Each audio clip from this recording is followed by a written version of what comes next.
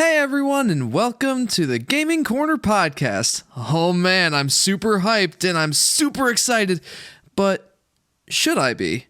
Let's talk about it. I'm your host, Jeff, and joining me today is Adam. How's it going, Adam? Pretty good. Awesome. And also joining me is Daniel, aka Dance Warrior 777. Also known Hey, it's wonderful.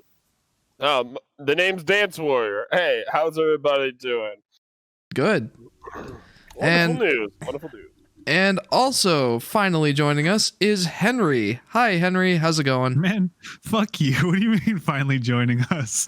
What do you mean by that, you son of a bitch? I mean, you're the last one that I'm introducing. Yeah, that's what you mean. That's exactly it. We haven't been Okay, procrastinating for an hour. What are you talking about? No, guys? we're only an hour behind schedule. Yeah, only. Jesus. This is why we don't live stream these. Anyway, guys, it's good to have you here. Welcome to episode 10 of the Gaming Corner podcast. Guys, today we have a very special topic. Is it me? It involves you, I guess. I mean, you're on the podcast. Okay. All right. I guess I'm not special enough for this topic anyway. But guys, we've had some games come out recently that some people have definitely gotten. Yeah, that one. Some people have gotten super excited about. Some people have gotten super excited about these releases. You could say that the hype was real. Gentlemen, we're talking about hype culture today. And I want to ask you guys the question. This is our topic. Is hype culture bad for gaming? So why don't we go ahead and straight away get some definitions on the table. Guys, what is hype culture? I am the hype culture, thank you. Henry is the hype. Take some notes, class. That's why these last streams, when he wasn't present, the hype was like down here when it needed to be up here. All the way up took there. Naps. Mostly took naps. All right. Mostly taking naps. One part of hype culture is the anti-hype culture. So, guys, I hate to admit this. I did not really prepare any set definitions, but I'm going to go ahead and go out on a limb and say I got this. What is hype and what is culture?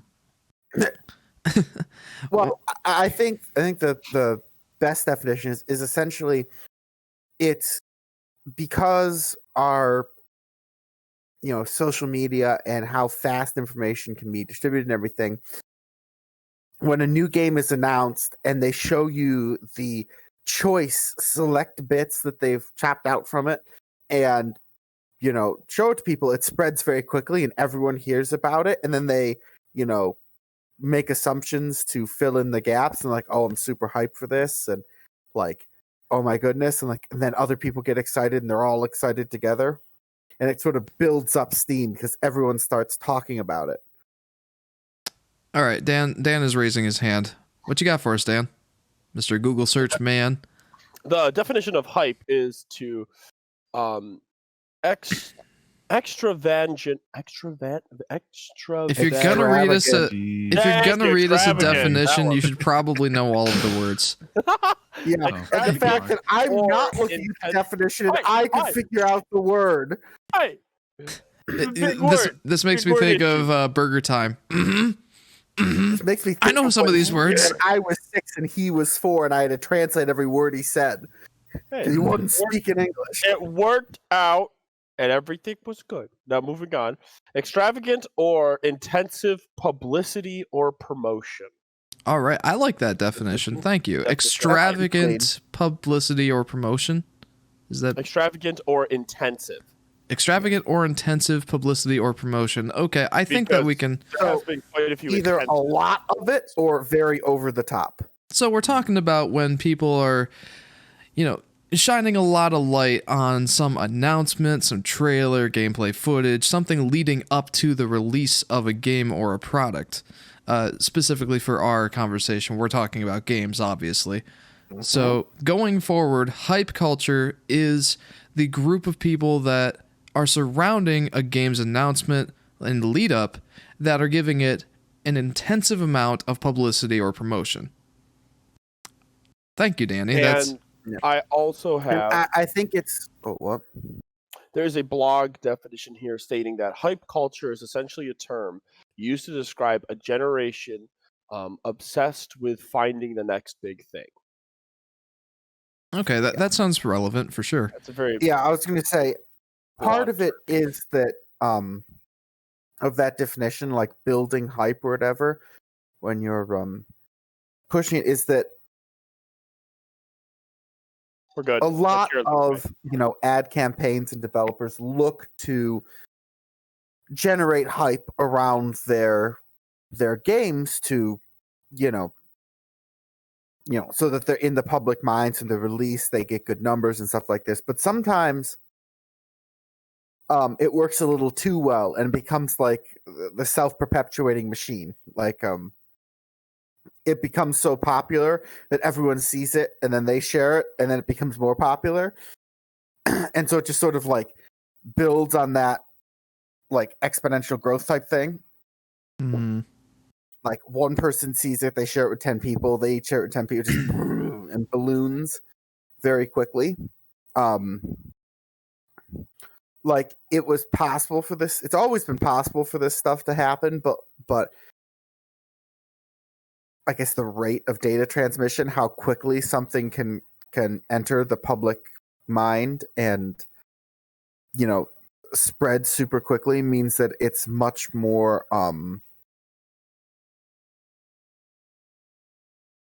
it can be much more fast spreading and not entirely intentional.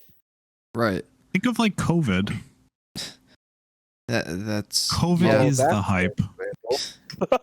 There you go. I rolled my eyes for the listeners. There you go. All right.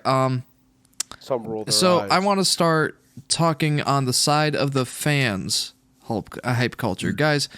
Real quick, I want to get something out of the way. What is the difference between getting excited for a game, an upcoming game, and getting hyped for it? Sorry. What? I don't think there's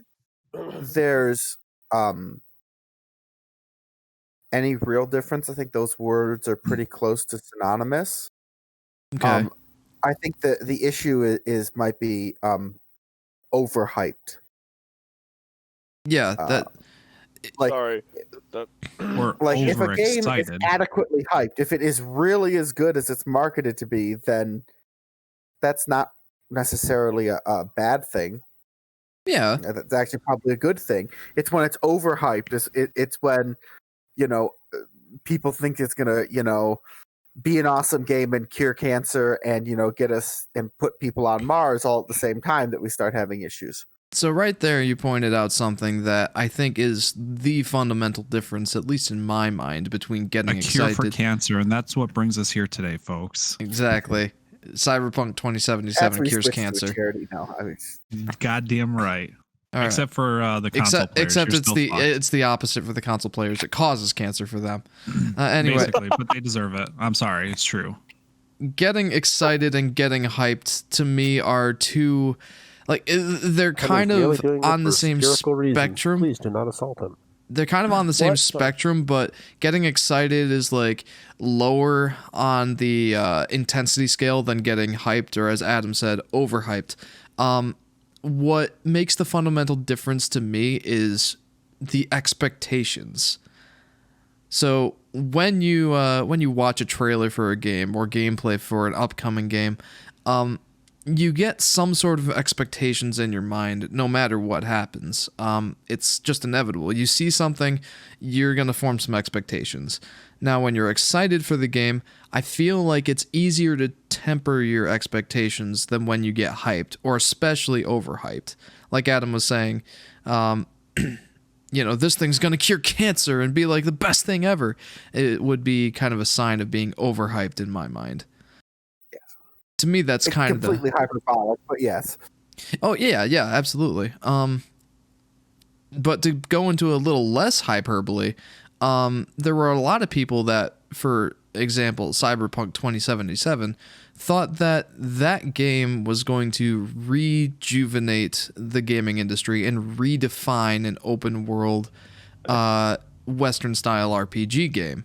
And I have statements on that, but continue. And when that came out, there was a lot of disappointment around it. And I've heard, I haven't played it, but I've heard that it's still a good game, but just not living up to the hype. So yeah, I was going to say part of the reason that this episode took so long to get out is that we were getting Daniel and Henry's schedules synced up because Daniel has played Cyberpunk. Cyberpunk 2077. I just realized, all these cams on. Is Adam actually to my right here? It's going to be different per screen. On my screen, he would be to your left. Ah, you're telling me all the profane gestures I've been doing have been to the ghost? Actually, on me, you've been doing it with Jeff. Just so you guys know, for you listeners, we're trying out something new on the YouTube front. I asked the fans whether they would want to see us stick to the video format we've had, or if we wanted to do face cams, and they voted face cams. So we still got some work to do figuring this stuff out. Bear with us.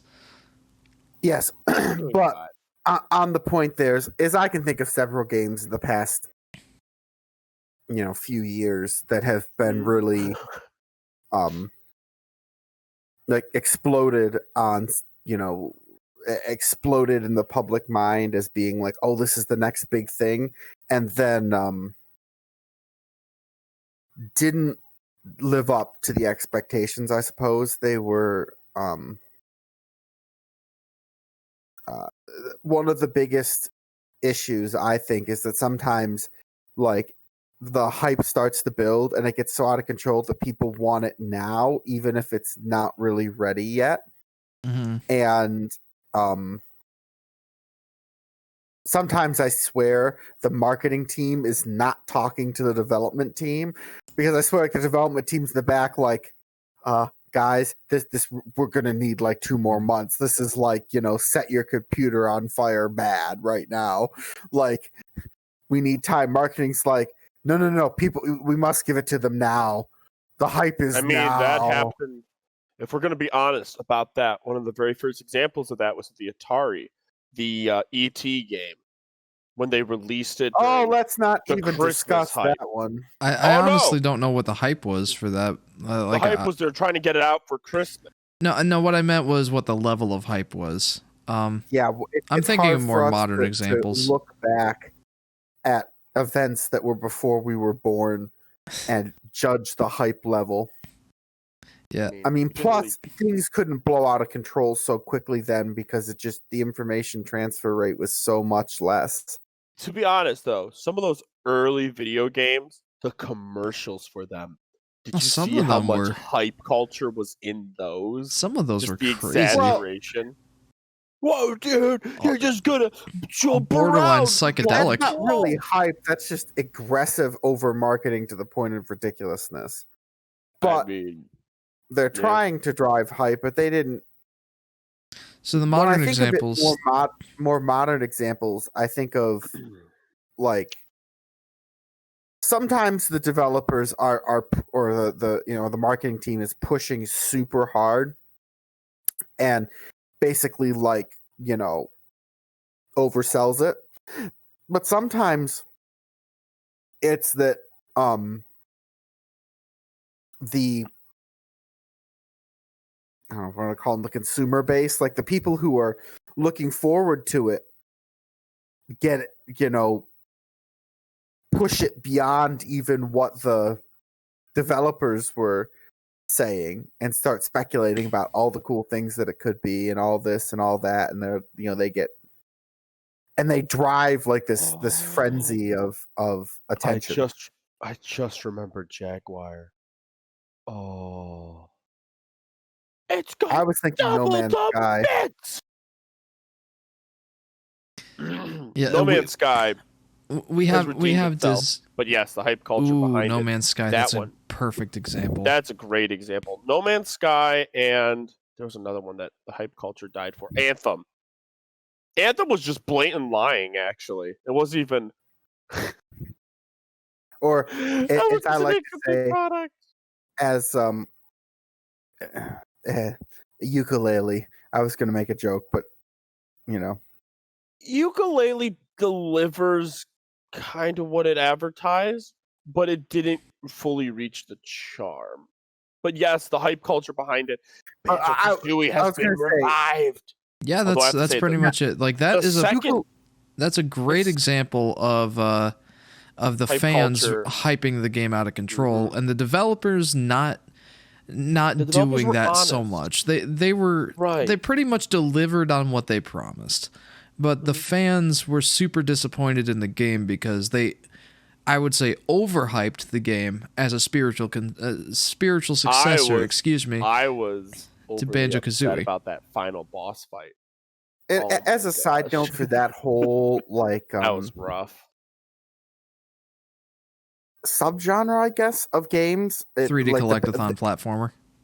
uh, no, more I was referring to the like like classic retro remakes Okay. that like those that get kickstarted and stuff like that, like spiritual successor remakes and stuff. Mm-hmm. It's very hard to they get overhyped very easily because the old rose tinted glasses of nostalgia, you know, you people think back to their childhood or whatever, and it's all, you know, rosy and wonderful in the, you know, and so even if the game is on par, maybe even slightly better, it can't live up to the, you know, The nostalgia goggles. yeah, it can't live up to how people remember the original game because the original game can't live up to the original game. Like there are definitely times where I've like looked back at games where I played as a, like when I was younger, and I was like, wow, this is not quite as good as I remember it being. Not that I don't still enjoy it, just, you know, the graphics, a lot of the graphics start really showing your age, and like the UI is like so clunky that you want to cry in the corner.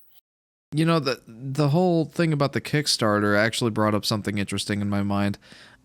Sometimes the fans can get hyped about who is on the development team, particularly with Ukulele and also Mighty Number 9, for example. Some veterans in the retro gaming industry were part of the team. In the case of Ukulele, it was a good amount of staff from the original team that designed and developed Banjo-Kazooie. It was Rare. They split off and became Playtonic Studios, and I believe they had Grant Kirkhope come back for composing the music.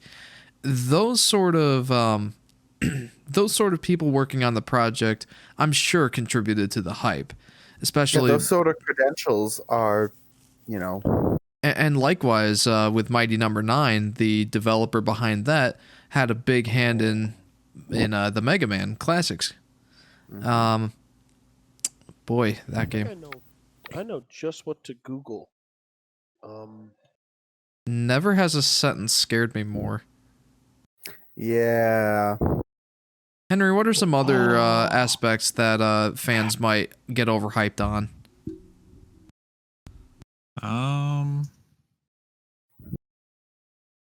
Gameplay, storyline. I don't know. Those are usually the two biggest things. Continuation of a series that hasn't seen a sequel in a while. Like, That's a big one.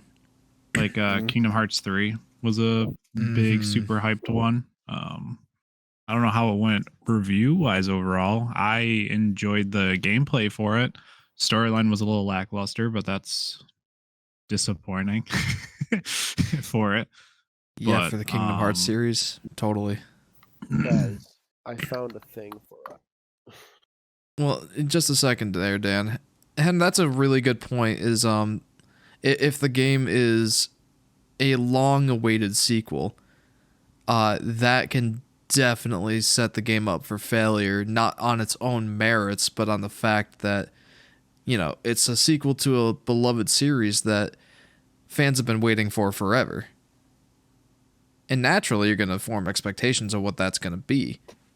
Yeah. That makes sense. That's a great point, Han. Yeah. All right, Dan, what you got for us? I found a list of games that I looked up a list. And I was like, I know exactly what words to look up. Top gaming letdowns. Do tell. All right, get ready for this rumble. Number 1 was No Man's Sky. Here's the catch, though. This article has the hype and the reality of the games also here. I shit you not. There's hype right there. But anyway, No Man's Sky, Star Wars Battlefront 2. If you remember that. Yeah. Oh, yeah. Here's another good one. Fallout 76. We haven't brought up that game. Which, no one wants to. But the hype behind it. Everyone was so excited. And then when it came out, everyone's like, what the... Like, I think every that possible thing that went wrong with it could have gone wrong. I think the best Literally. the best 2 words that sum up that game are moldy helmets. Hmm. Yum. You guys remember when they sent out helmets to fans who pre-ordered the game and there was mold in them? Yeah, here's the thank you. What? Yeah, that's the thing that happened with Fallout 76. Adding to your point of everything that could have gone wrong with that game did.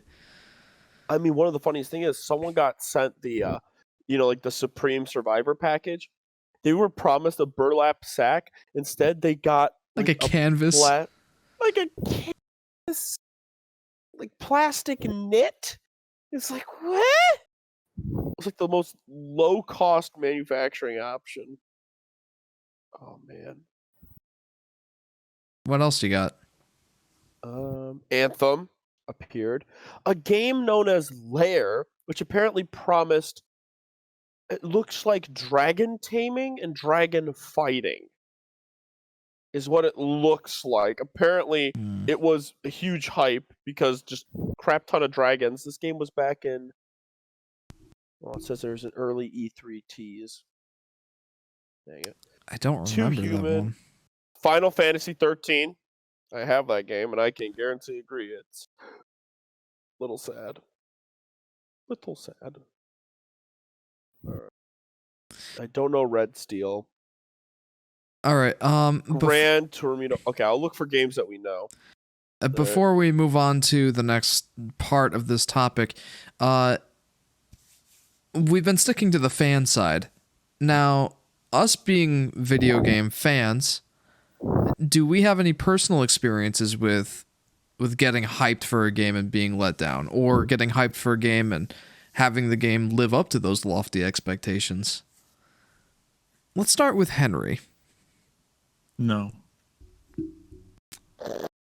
What about the Crash? What about the Crash remakes? I'm pretty sure you got pretty hyped for those. No, I was super excited for the Crash remakes, Spyro remakes, and everything that they had come out. Honestly, I think they did a bang up job for pretty much matching those 1-for-1 for what those were, especially back in the day. So I love those. How about Crash 4? Crash 4 is a very different spin on things. They definitely made it where you could play baby mode, and you could play like original actual Crash games for it, which I like a lot. And then the actual gameplay's pretty like can be difficult with like the actual platforming, which is nice because it's not just like a baby Crash game. It's kind of like similar to like Crash 1 difficulty until you get used to everything. 2 and 3 were a little bit easier than the first Crash game, but then 4 all of a sudden came out of nowhere, and it's like, hey, remember that difficulty? Well, it's back. Oh, nice. I didn't expect that. And then like 100%ing it is just going to take you fucking forever too, which is nice, which means you're going to be putting a lot of hours into a game. So you got pretty hyped for that one, right? Yes. Would you say that it lived up to your expectations? I don't know. It's a little bit different from what I was expecting, because like the power-ups with the masks is kind of like not what I like, but that's just personal preference. everything else about the game is pretty solid. I liked the different power ups that they ended up implementing in the third one that you would get after completing a boss for a stage area, and then you were able to go back to previous levels and have those. Whereas like the masks are set points and levels that you have to use them for, and then after you get past a certain point, you lose that mask power up. Okay. So it's just like part of the terrain essentially, which is which is why I kind of like the power ups and everything. So it's mostly just through the level. All of a sudden, this level has this mask, and it's like that's the only place you'll see that mask is in like those levels. Okay, so it was a little different than you were expecting it to be. Yeah. But you still enjoyed the game. Oh yeah, no, 100%. All right, and one more thing before we move on to Dan. Kingdom Hearts 3, we've already brought that one up. Were you on the hype train for that one? I was incredibly excited for it. And boy, what like the gameplay was amazing. If they redid like the first two or however many that they'd want to do with the Unreal Engine for it, I think those games would be like tip top shape, be super fun to actually play and everything. But that storyline for the third one, I was not a fan of. So that definitely was lackluster for what they ended up doing.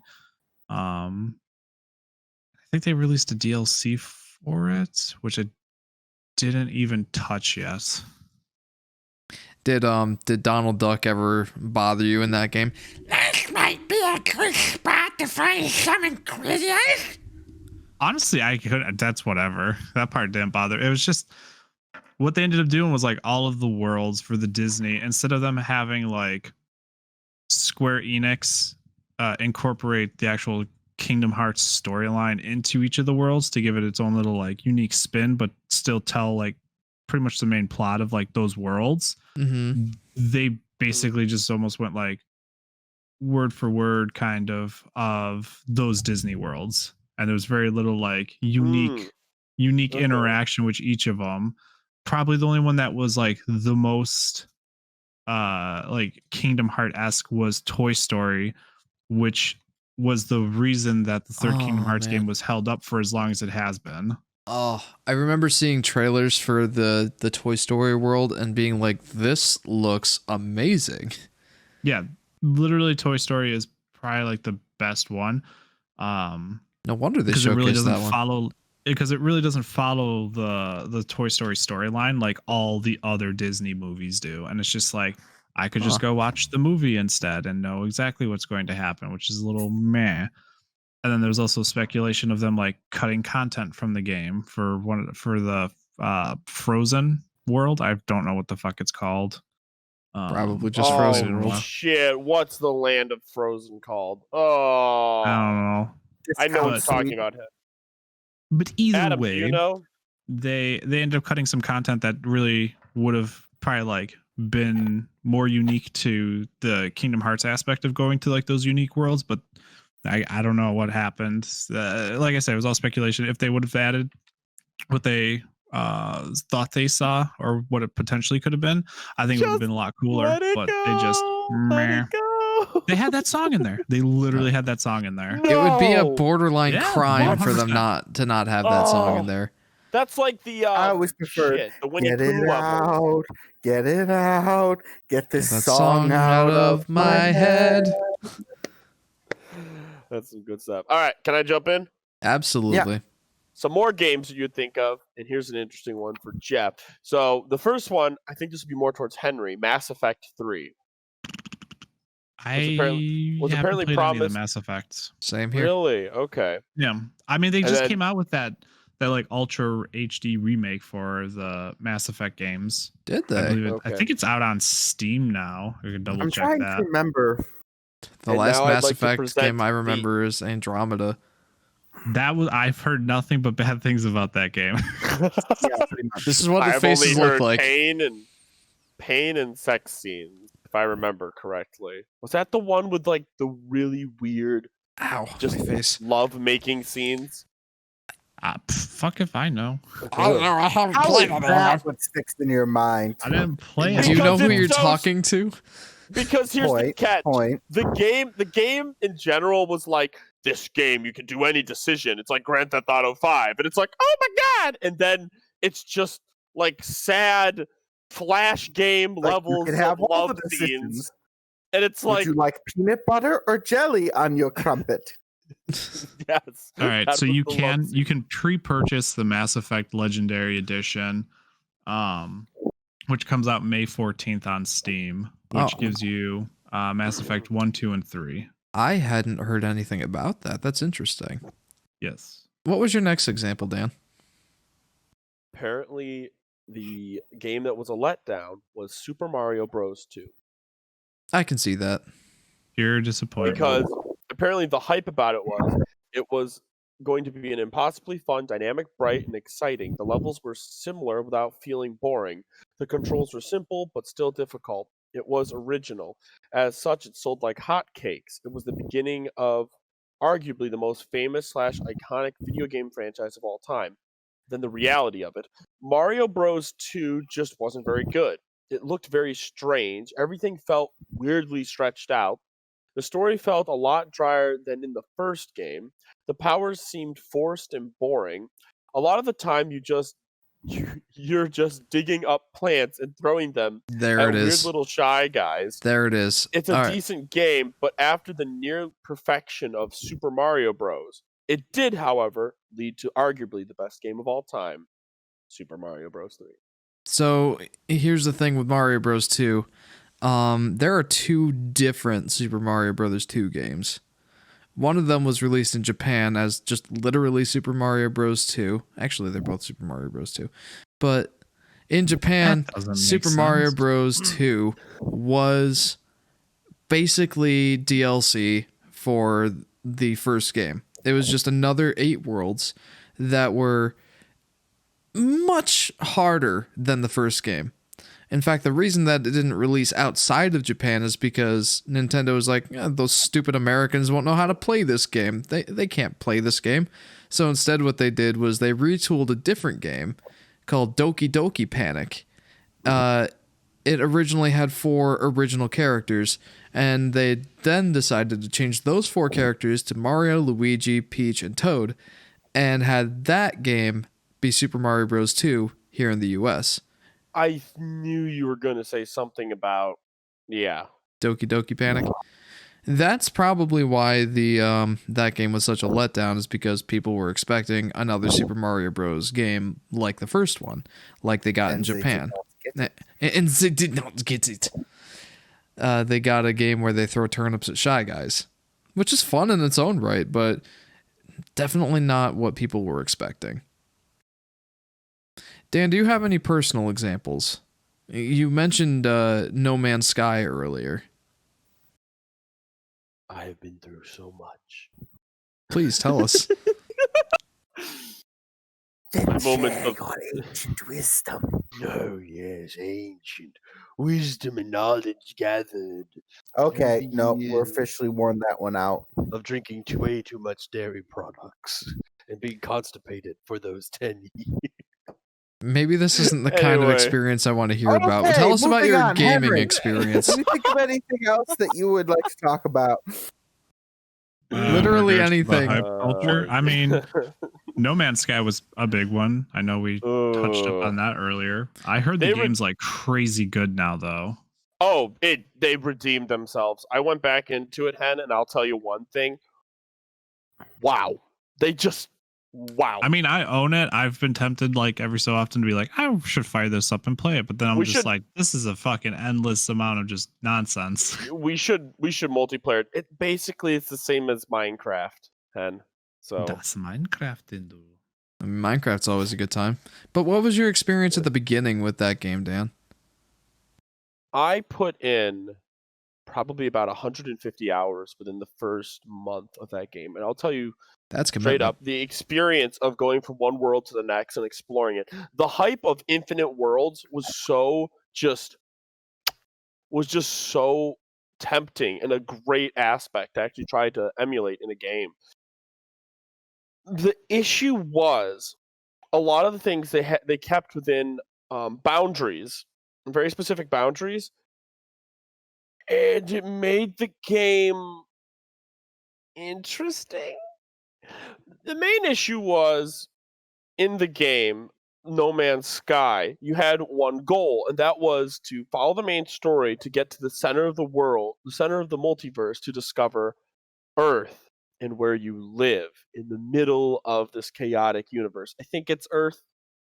Pretty sure it might be a different game I'm thinking of. But anyway, your goal is to get to the center of the universe, and it slowly gets more and more difficult, and you need to get there. Just take your time and enjoy the journey, because the journey is endless, technically, because it is almost a scale replica of our multiverse that's above our noggin. And they did that.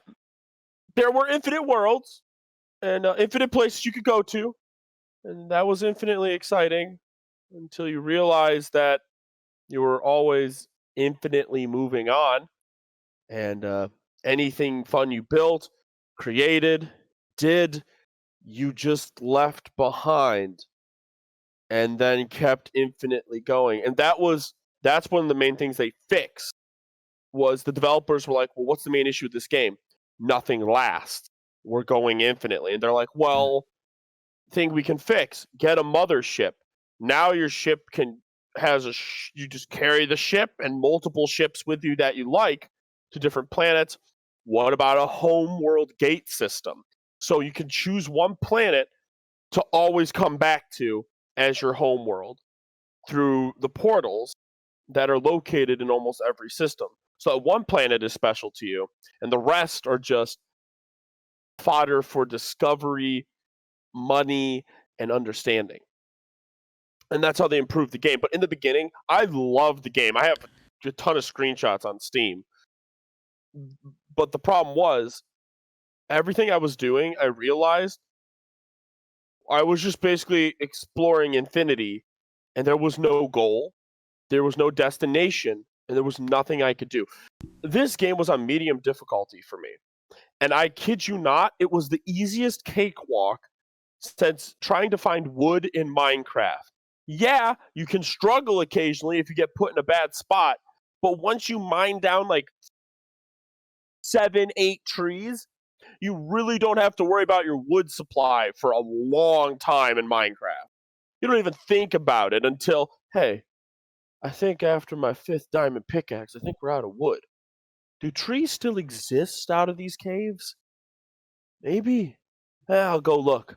Oh, they're still there. That's how it felt. Resources were just so abundant. You go to a planet.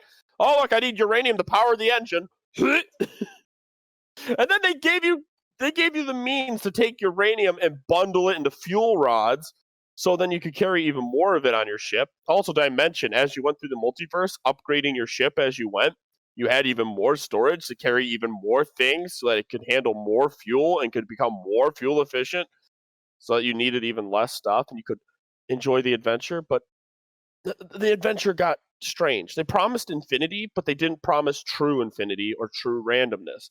Everything had a niche. If a creature was a carnivore, it had a very randomized, usual look to it. Like you'd see something giant off in the distance, you'd be like, yeah, it's a carnivore. See that mouth type? That's a carnivore.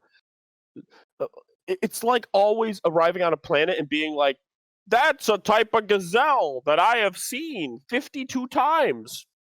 Probably a plant eater. And that T-Rex over there? Probably a carnivore. Are you sure? That one's up in the air. Yeah, it's up there. Sometimes those are the plant eaters, and you get these little gremlins that just nibble at your toesies. But essentially, the problem with that game was they hyped it up and accurately did so. Now, we're going to talk about games that we got hyped up for, but we did not achieve what we were promised. Let's go to Anthem. Anthem was a game which was hyped up, made into something beautiful, and then the main father producer for the game fucking bailed. I think it was it? It was a huge company. I think it was EA. It was just the second BioWare. BioWare. It was BioWare. Gosh, why do I know all this? BioWare bailed. You did your research. Shit you not, it released BioWare bailed and left the little companies fully in charge of the project because they didn't want to have their name ruined. And I was like, that is the dirtiest shit I've ever heard. Now, Dan, I do remember you getting Also, quite hyped for that game. It did not live up to expectations for you, am I right? Hey, I got the the Founders Edition. I put in an extra $30 because I believed in the dream. Even though everyone's like, don't do it. Don't fucking do it. There's some sketchy shit going on. Like, it can't be that bad. Buys game, plays it. I kid you not. I think Tyler owns the game. Also, poor boy. I didn't mean for him to suffer. My God, blood everywhere. I played the game for 40 hours. I played the game a decent amount, and you want to know what I've learned? It's dog shit.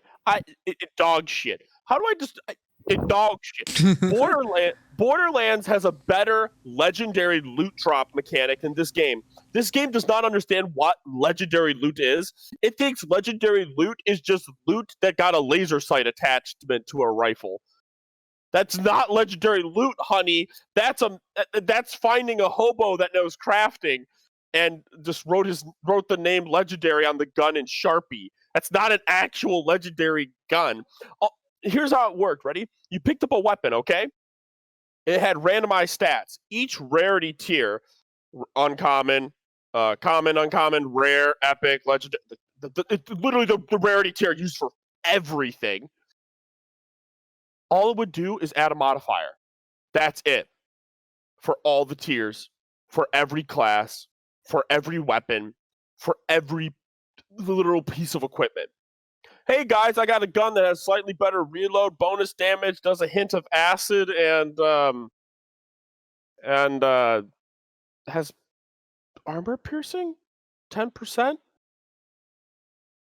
It took me 12 hours to grind this gun out, and this gun is slightly worse. I mean, my other gun doesn't have acid on it, but it's the exact same damage stat because it's level bound. Oh no. And it was a mess. Just because you got all these great examples of games. You got Diablo. Just the legendary items that would drop there where it's like, hey, if out of spectral axe, you swing that thing around, a ghost comes out and slaps your opponent, sucks the life, and you get some of the health for it. Oh, did I also mention that it works as a drink coaster also if you bounce it on your hands? Perfectly balanced. Just how Perfectly balanced on your hands. Oh, if it tips too much, how those drinks are fucking gone. I can't do a good Thanos voice. Gosh dang it. The balance will be restored. Perfectly balanced. Perfect balance. And Anthem just completely crashed and burned.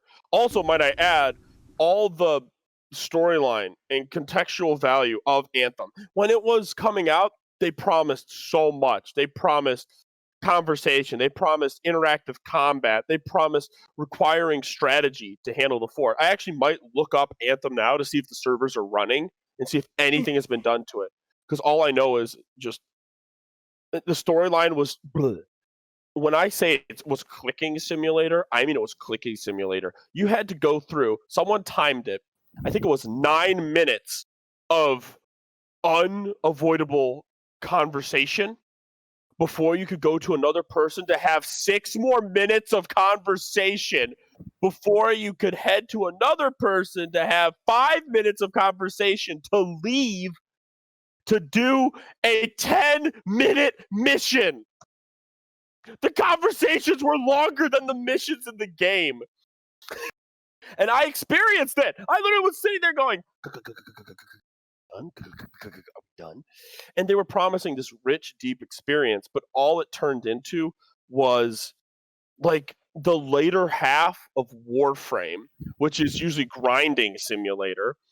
Except, might I add, grinding simulator started like 2 hours into playing Anthem, but in Warframe, they actually had a really decent story, and the grinding only began after like you'd play for 50 hours and like 100 hours, and that's just if you wanted really good equipment. You could do all the missions honky donkey if you wanted. Yeah, like they did a good job, and I really do appreciate Warframe, and I hope they continue making content. I hope their developers aren't sons of bitches. But there's only so much you can do. They're pretty sus. When money is on the line. I mean, hey, there's only a prime version of every Warframe. How many Warframes is that, Hen? Hey, Henry, how many Warframes is that? So many. How many fucking... We've only hit like... And I almost own all of them. Oh, yeah, you do. I heard the new Prime Inarus. Tell me you didn't buy all of them with real money. No, you don't buy them. Octavia. You just grind. Oh, Octavia. That's what it was. Octavia just came out. You don't buy Warframe. Oh, no. You could. I mean, you can buy them with platinum and that, but you can grind it all out. You can grind it all. Warframe is a brilliant free-to-play game because they officially made a system in which you want something, work for it, you can get it for free. And I admire that kind of gameplay where it's like the community is so strong. It says, you want something? Well, people in the community will pay you to find items. It's an example of a free-to-play game done right. It's a free-to-play in which if you can pay to play to invest into it to find things immediately, or you can grind everything out. Although I will say there are some parts in Warframe which are bullshit and usually involve fishing with a harpoon at night. You don't have to. You don't have to. Well, going back to Anthem, Dan, since that's where we started, how did you feel when you got that game and it had those problems that you were mentioning? At first, my emotions went like this. I was excited. I was hopeful. And then I had the existential dread of what the hell I was about to do. Now, most games that usually decide to sneak up behind me with the suspiciously shaped silicon, as we should say, when they come, marketing, anger, bargaining. No, Adam, I'm not going through the 5 acceptance. stages of grief. This wasn't grief. This is the 3 stages of regret, which is excited, hopeful, and then existential dread. And here's the problem: That's depending a on how pretty fast steep the game can drop-off. do that, if a game makes you excited, hopeful, and it doesn't hit that last part, that usually means it was a decent game. If a game makes you excited and you never hit the hopeful stage, that is a game you keep in your library for all time. Also, hype culture. I just realized Fall Guys. Huge hype. First season came out. Everyone loved it. Second season came out. Kind of dead. Because Isn't that because Among Us came out? No. I think Fall Guys and Among Us, everything, they were never intended to be as big as they were. They just happened to create a hype culture. Well, no, they just happened to emerge at precisely the right time, i.e., in the middle of a global pandemic where people were starting to lose their minds and needed something to do. And this sort of like interact with people. Yeah, that wasn't so much of huge party game was. Yeah, that wasn't so much of a hype thing, so much as people were just bored thing. And that's fine, like it worked. But the hype culture. But then they moved on from it. No, Dan, remember earlier in the podcast we defined hype culture as overly excited or overly enthusiastic for promotion and publicity, and we determined that was in the lead up to a game's launch. Yeah. Among Us and Fall Guys were already out before they hit their peak in popularity. Mm-hmm. All right, so you with Anthem, you hit that excited, hopeful, and then existential dread. I hit that in 1 hour. Is that really? Gosh, man, that must have sucked. Dude, when I say this game was bad, I want to sit you down in a chair and just shit talk it with you and do live commentary. We could do that. We could do a live stream of just me and Jeff, just Jeff starting up the game, playing like the first bit of it, and just doing full commentary because it's a journey. Like the game is beautiful. The graphics, the artwork, everything is set up for success. Doesn't that just go to show that graphics aren't everything? Different topic, but we'll get to that. Hey, you want to talk about graphics aren't everything? some of the immortal games that have come out lately, Undertale. Yeah. Undertale has become a quote unquote immortal game. It's a game, if anyone references it, you go, yeah, that was a huge part of gaming. I don't know why we're doing quote unquote immortal game data when there's a perfectly good word. It's called a classic. Well, I wouldn't say it's quite a classic yet. It just came out. I could say it's a Crash Bandicoot's a classic. Isn't that what It you has would survived call a the test of modern time. classic or an instant classic? Instant classic, modern Instant classic. classic. The point is, Modern classic classic, I think, would refers work to better. something that's gonna have legs. Like it's a game you're gonna, like you're calling it an eternal game. It's going to, be played by Oh, later damn. generations because it's so good. Oh my God, Shovel Knight, get back here! Where the fuck are you? Man, that game has legs. Okay, And the game, character the had point- like 1-inch she legs. got thick legs. Anyway, the point I'm trying to say is it's that's what you call it. animated, Like there are like- books that come out and everyone's like, it's an instant classic. Like these are,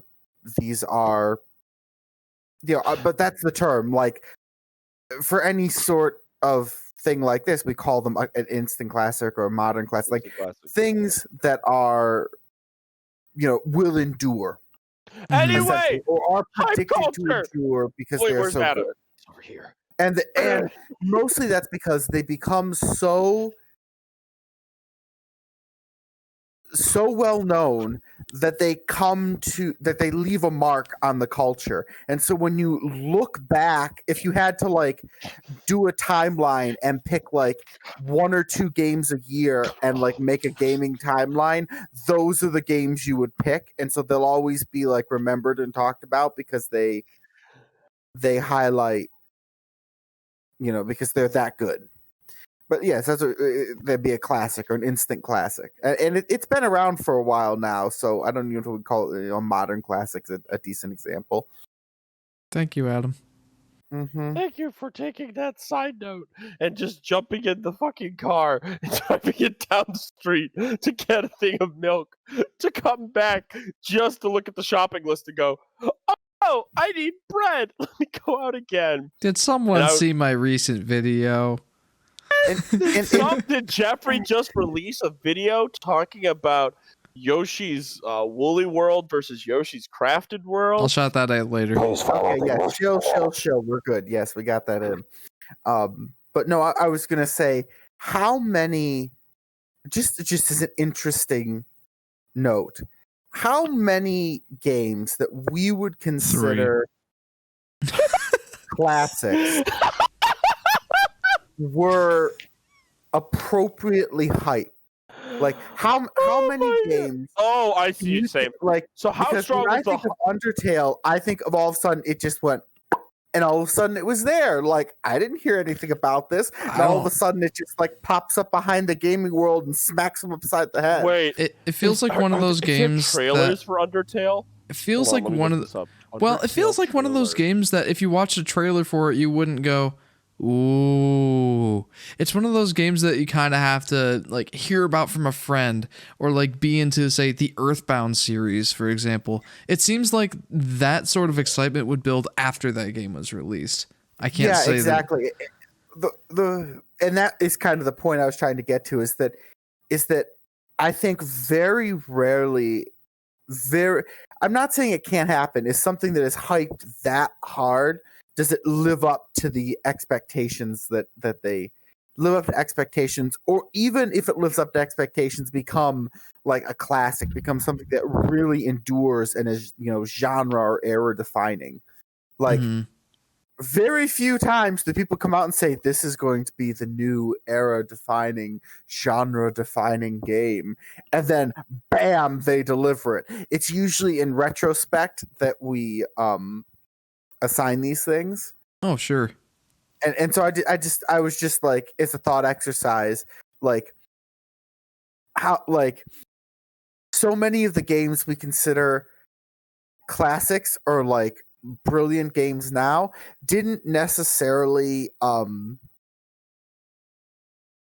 catch the imagination running up to release or on release. Or maybe just after release they did. They would take over and everything. But but like they became very well known, sort of not by saying like in the market or whatever, but like they hit the scene, people played them, turned to their friends like, "You got to play this like right now," and like it, that post release like get on this bandwagon thing. I think it is more. I was trying to think of any game that like was both like pre and post release extremely I would argue Zelda Breath of the Wild was one of those games that I know I got extremely hyped about that game. Which game? Sorry. Zelda Breath of the Wild. That game is so delivered. Very good example. Oh heck yeah! That game was hyped up for. That game was hyped up for 3 or 4 years. I remember seeing. Wait, hang on. So, that game was shown off with a cinematic trailer at E3 2014, I want to say, and I got to tell you, man, my hype was through the roof, and it did not let up until it came out in 2017, and my gosh, that game delivered. And it was one of those games that if you knew someone with a Switch or even a Wii U and you played it, you were one of the people that were hyped up for it, you go to all your friends and you're like, you got to play this. Like, you played an open world game before? Nah. This game right here, you got to play this. So I think that is one of those examples, but that is a rare sort of thing to happen. Mm-hmm. I think that is an excellent example. I think part of the reason that it did manage to do that is that it had, like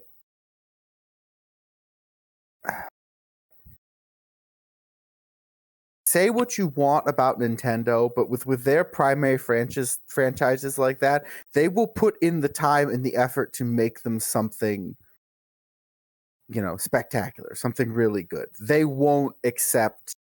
Yeah, gosh, I remember when that game was supposed to be released holiday 2015, and it got delayed until March 2017.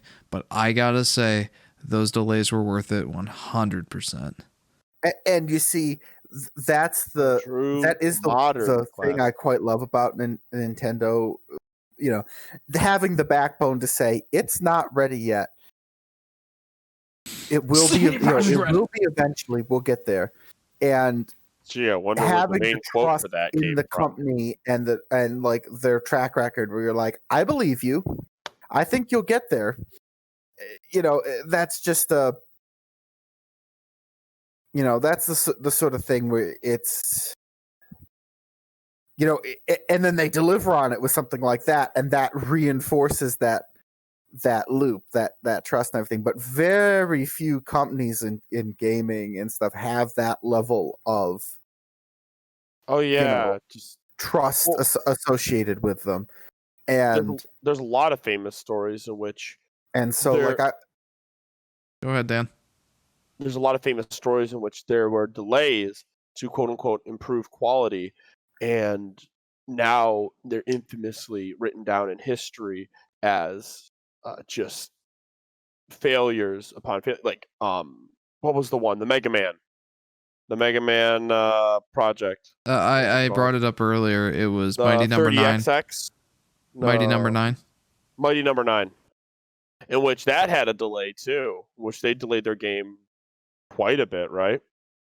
Well, I don't remember how much they delayed it, but I do remember some delays. And boy, was it a day? No. Okay, I was going to say. Well, let me just put it this way: the delays did not result in those pizza explosions going away. So I don't know how much the delays really helped. You could say it was a little. As I heard many people say at the time, "Dear God, if this is the fixed version, what was it like originally?" I know. Oh, look, guys! Mario makes a cameo. 2 kids with sticks batting at each other. Like, what has Mario shoots out Hattie, and it returns to you. Cappy. His name is Cappy. Get it right, you plebeian. Whoa. I was gonna say, like, with Nintendo, that's one thing. Sometimes I'll even go, most of the time, the decisions that they make around some of their games are I'm going to go with baffling, and not at all how I'd take a game in a certain direction. Breath of the Wild being a major exception, like I think they really hit the nail on the head there. Sometimes So they good. go in like weird directions of their games, but very rarely are they like are they quantitatively poorly made. Like they don't tend to have glitches. Like they work. Like those are some of the most polished games you'll find. Yeah, they're very polished. Like quantitatively, like the things that are easy to measure, glitches, hang-ups, stuff like that, they don't have them. They're very nicely polished. Qualitatively, sometimes, they're puking on canvas and calling it art. But other times, they pull a Breath of the Wild off your butt. You're just like, Sonic Heroes. Sonic Heroes. I could try to do the theme song for if you want to have a lot of fun. Why not the PlayStation ripoff of Smash Bros? Oh, I was so hoping you were. I was so hoping you were going to go for the theme song to Shadow the Hedgehog. Oh, I hear no, see no evil. Black writing on the wall. They knocked their theme song game out of the park for Sega. Man, but I the bet all problem is their game designers and conceptual workers, all of them were doing way too much marijuana in the back. And as my lights go bright green.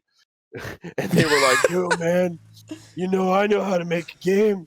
Let's make a game where Sonic just runs really fast. Guys, Sonic with a gun. Oh my god. He can be faster than the bullets that shoot out of the gun.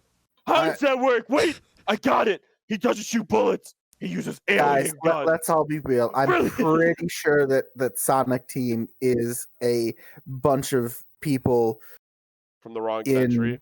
Hospitals on heart lung machines, like at this point. Yeah, and on that topic, let's not give Shadow the Hedgehog more credit than it deserves. That game was absolutely atrocious, and we all know it. This theme song was kind of catchy, maybe a little too edgy. Don't give it. It was terrible. That game was awful. I will say, trying to operate gun mechanics while moving at 50 miles an hour was not a good life decision. and I don't want to give that theme song more credit than it deserves either. Guys, that game was the physical. The enemy. Give me a chance. That game was the physical embodiment of adolescence in the mid 2000s. No. Not adolescence. My favorite edginess. There it is. Yeah, that's the one. No, but like I was like, you hear the theme song, and you're like, it's a little edgy, but I'm not like totally against it. Like, what the heck? He killed Sonic.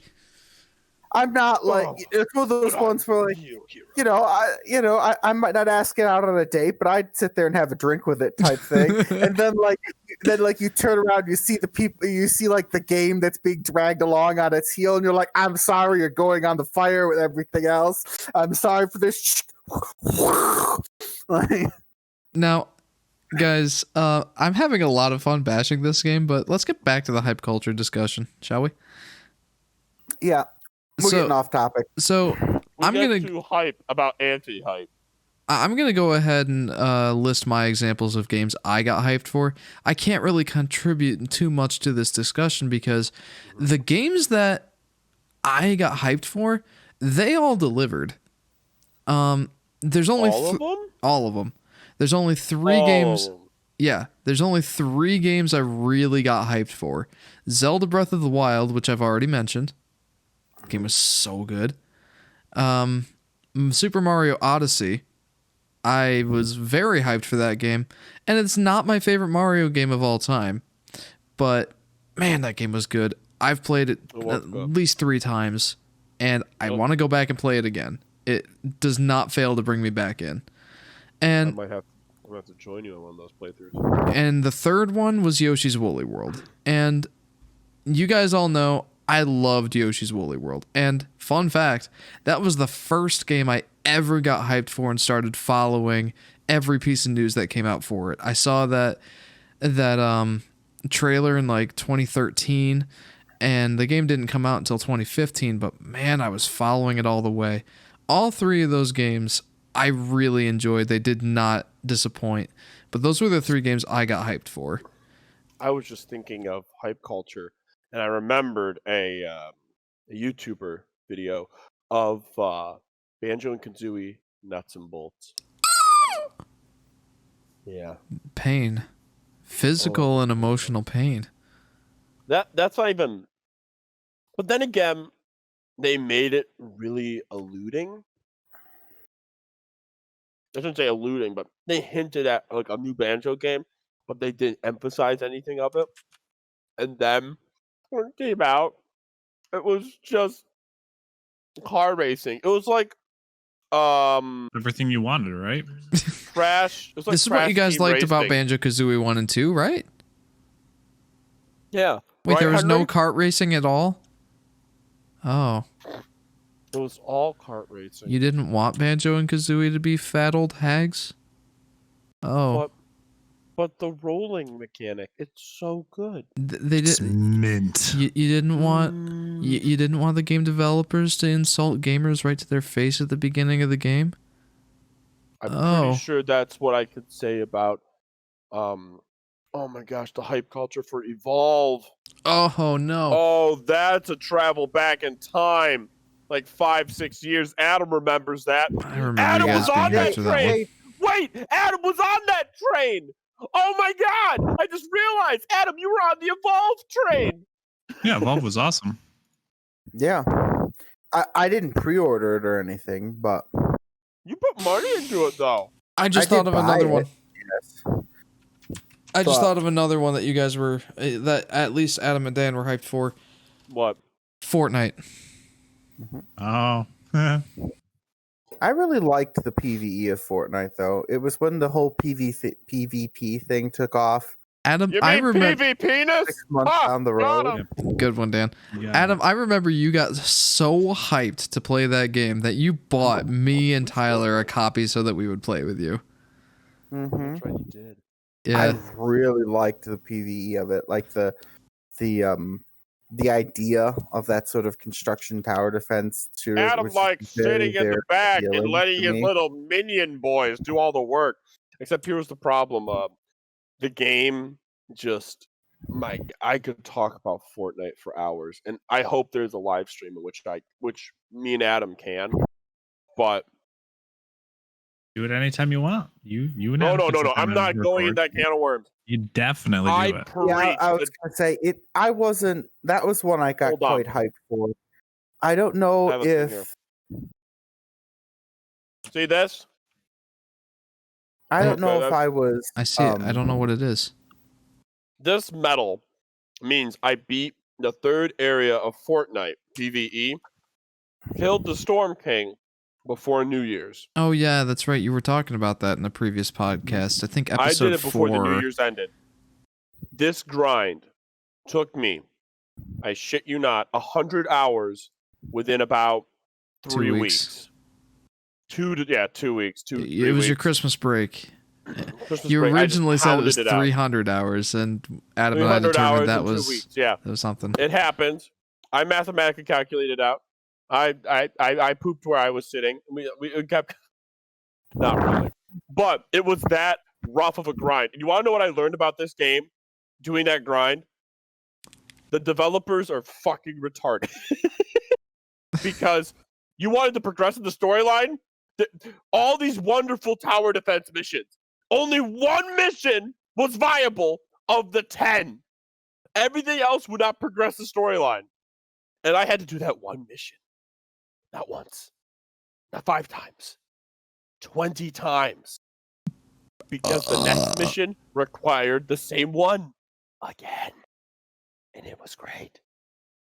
And you want to know what? I got a pin to signify that I had put up with their bullshit and beat it the whole 3rd arc. And then they're like, you made it to the 4th arc. You want to keep going? I'm like, do you know what burnout feels like? No, I am experiencing it. Currently, I was so done. with Fortnite because I had formed friends that had joined me on this journey. I had a man that had a minigun build in which he could launch his minigun for a straight 3 minutes. I could sing the entire national anthem by the time the minigun was done firing. The national It was anthem that isn't powerful. 30 minutes, but He said 300. 3 minutes. oh, I thought you said 30. 3 minutes. I'm sorry. Yeah. My build, what was my build in that game? Oh yeah, forward assault specialist Ramirez with my good old fashioned future Cybertron Sierra. Scythes are the future. It was, oh my gosh, it was an adventure. But the hype culture of Fortnite, really good game. They had a great concept. They were going with good ideas. But then the dev team realized to a degree they were struggling getting people to cooperate. So they made a couple of the mechanics more open. And then while they were trying to figure out how to make Fortnite work, the PvP hit. And when the PvP hit, they were like, oh my gosh, this game's amazing. This PvP, it's making us a ton of money. Let's invest in that and not the PvE. I thought we So weren't going to go into the insanity that was the Fortnite development cycle. Oh, we weren't, but I wanted to ask you, like, you got hyped for that game at the very beginning. How did your feelings change when the game came out? There's many things. I don't think I was particularly disappointed. I quite enjoyed it. On my first, on my three tier. This is how far.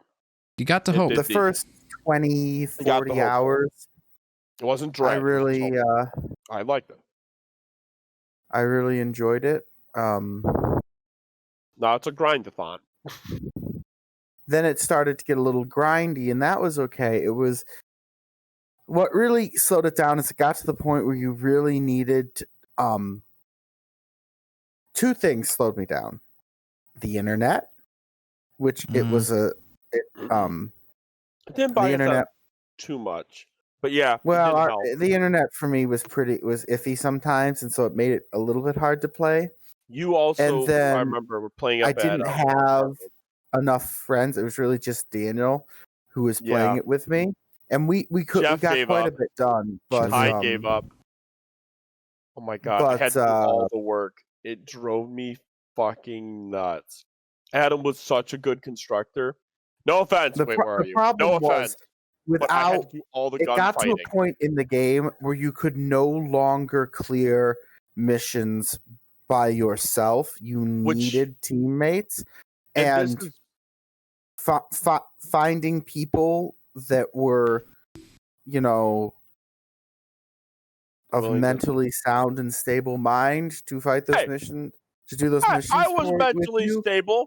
You saw how I operated a grenade launcher. If I had Daniel, it worked, but trying to find someone on my own if Daniel wasn't there, or especially if we needed more than just 14-year-old. The fucking 14-year-olds appearing out of nowhere, just I have no combat experience or levels or fucking anything. Can you give me a fucking roll of duct tape and just dick around while you build the entire mansion of defenses and laser security grids?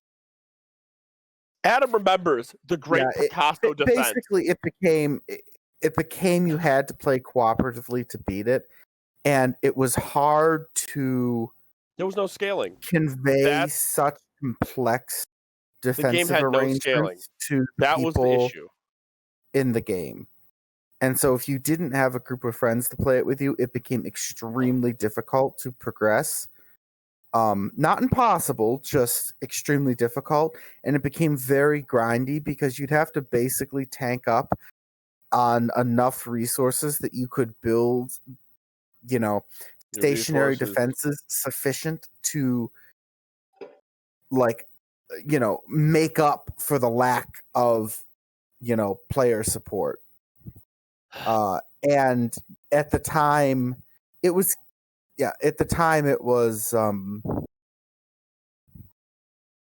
difficult, and I played it for quite a while. It wasn't until Daniel burned out, and even then I still played it for a bit. So I don't know if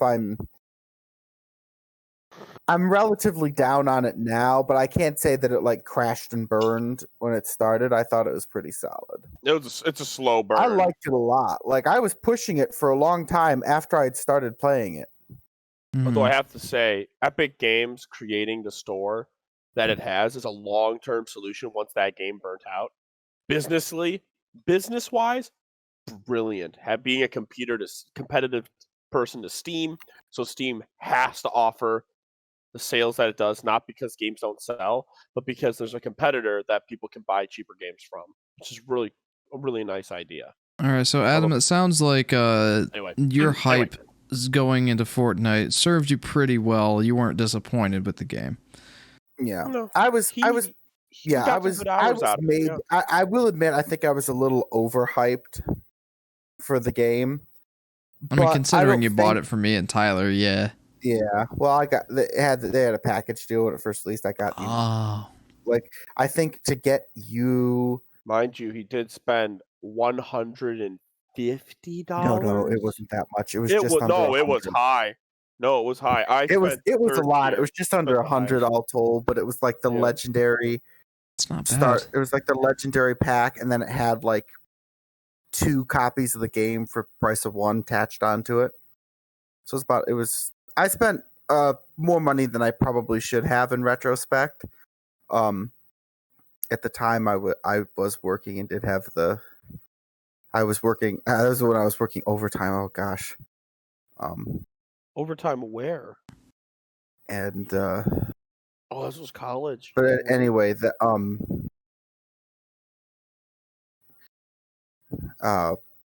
I probably spent more money on it than I should, so I guess I'd say it was a little overhyped for it, but I wasn't like massively disappointed with it at the time or anything. I really enjoyed playing it for months after its release. Like it wasn't until like it released, I want to say late summer. Yeah, it was in the summertime. What? It was in the summertime. I think it was around my birthday. Yeah, it wasn't until almost a year later that I really stopped. Like my playing of it toned down. Mm-hmm. I was really far in the campaign too by that point. So like in some ways they have kept expanding the PvE, so now I'm nowhere near where whatever its endpoint is. But like at the time I was done, I had more or less played out the PvE portion of the game. So like I guess I'd say I was overhyped for that one a bit, and I probably spent a little too much money on it, but I wasn't like I got a lot of hours of playtime that I really enjoyed out of that game. All right, so it sounds like between the 4 of us, we have a pretty good range of experiences. Yes, like Henry with his mostly positive experiences with hype. Slight disappointment in Kingdom Hearts 3, for example. A little confusion as far as Crash Bandicoot 4, but still enjoyable. Daniel had a crash and burn with Anthem. And No Man's Sky wasn't quite as bad, but... Well, No Man's Sky, no. It was bad on a different scale. Right. Let me put it this way. I was promised cookies. Anthem gave me rocks with painted chocolate chips on them and told me to eat them. No Man's Sky promised me cookies. I was given a plate of half of one cookie. And then they looked up at me and said, just imagine the rest of them. All right, Adam. And that's the experience I got from those 2 hype cultures. I will also say Evolve was one where I think I got a bit overhyped for that one. I wasn't. Problem is, neither of these games are like my bread and butter games. Mm-hmm. So, but you got hyped for both of them, and Fortnite served you well, but Evolve not quite as much. Yeah. And then myself, I've had largely positive experiences with hype. Lucky for me. What about the hype of League? I never got hyped about League. Yeah. I just liked playing it with you guys. Aww. Do I play it now? No, I hate that game. Screw it. up. You don't hate the game. You just I very much don't enjoy it anymore. All He right. does not like the community, and I don't blame him. He's a Well, the Nintendo community, the gameplay really got repetitive to me, and you know what? That's a whole other thing. But the point is, there's a whole nother discussion. It mostly Don't worry. boils down to Jeff is very competitive. Don't worry, Jeff. It's not repetitive anymore. Heavens help us all. the point is that that's all of our experience with hype. That's all fan side. Now, I know that we're pretty far into this podcast, but I do want to hit a couple more points. There are some cases, and some very recent ones that are living in infamy right now, where the developer hypes and overhypes the game, and then the game fails to live up to that. The primary example I'm thinking of right now is Cyberpunk 2077. So that game was 8 years in development, and sometime down the line, there was this trailer released for it that looked amazing. The gameplay, the graphics, like it showed this living city with people walking around the city, having their own lives and like their own schedules and everything. And my gosh, the graphics were mind-blowing. Turns out that gameplay trailer was CGI pre-rendered. That's what CD Projekt Red wanted to make. It was like Anthem?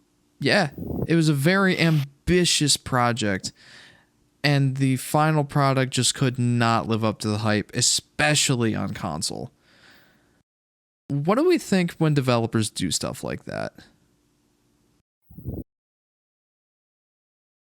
That's first off, keep it up.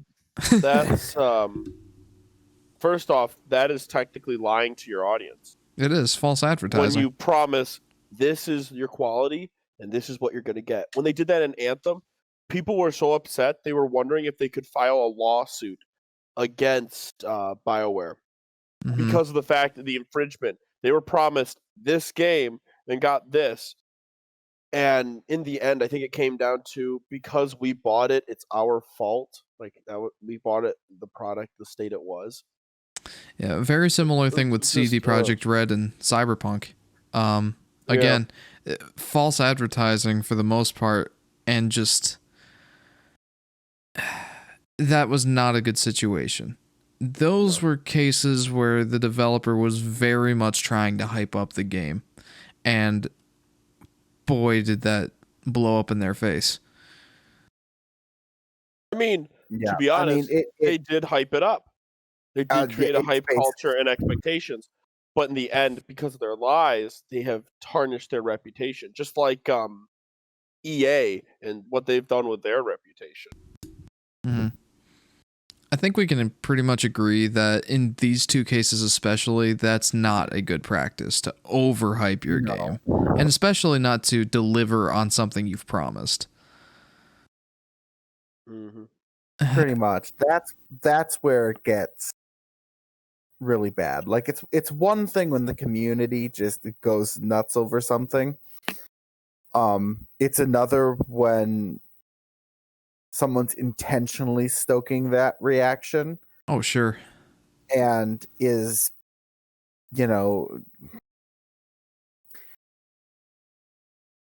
lying, if not outright lying, at least skirting right around the edges of, to push it. That gets... Yeah, I think we can pretty much universally agree that that's just not a good practice. Yeah, no, it we can agree that lying is a bad practice because you'll never really trust them again. Yeah, I know that CD Projekt Red is going to have to prove themselves in the next project that they have if they really want to regain trust. Or in the case of Cyberpunk here, they're really going to have to deliver on their promises for the DLC and patches. The good news is, though, for Cyberpunk, the game didn't reach the expectations, but the game at the same time didn't fully falter. Anthem, At least on PC. exploded.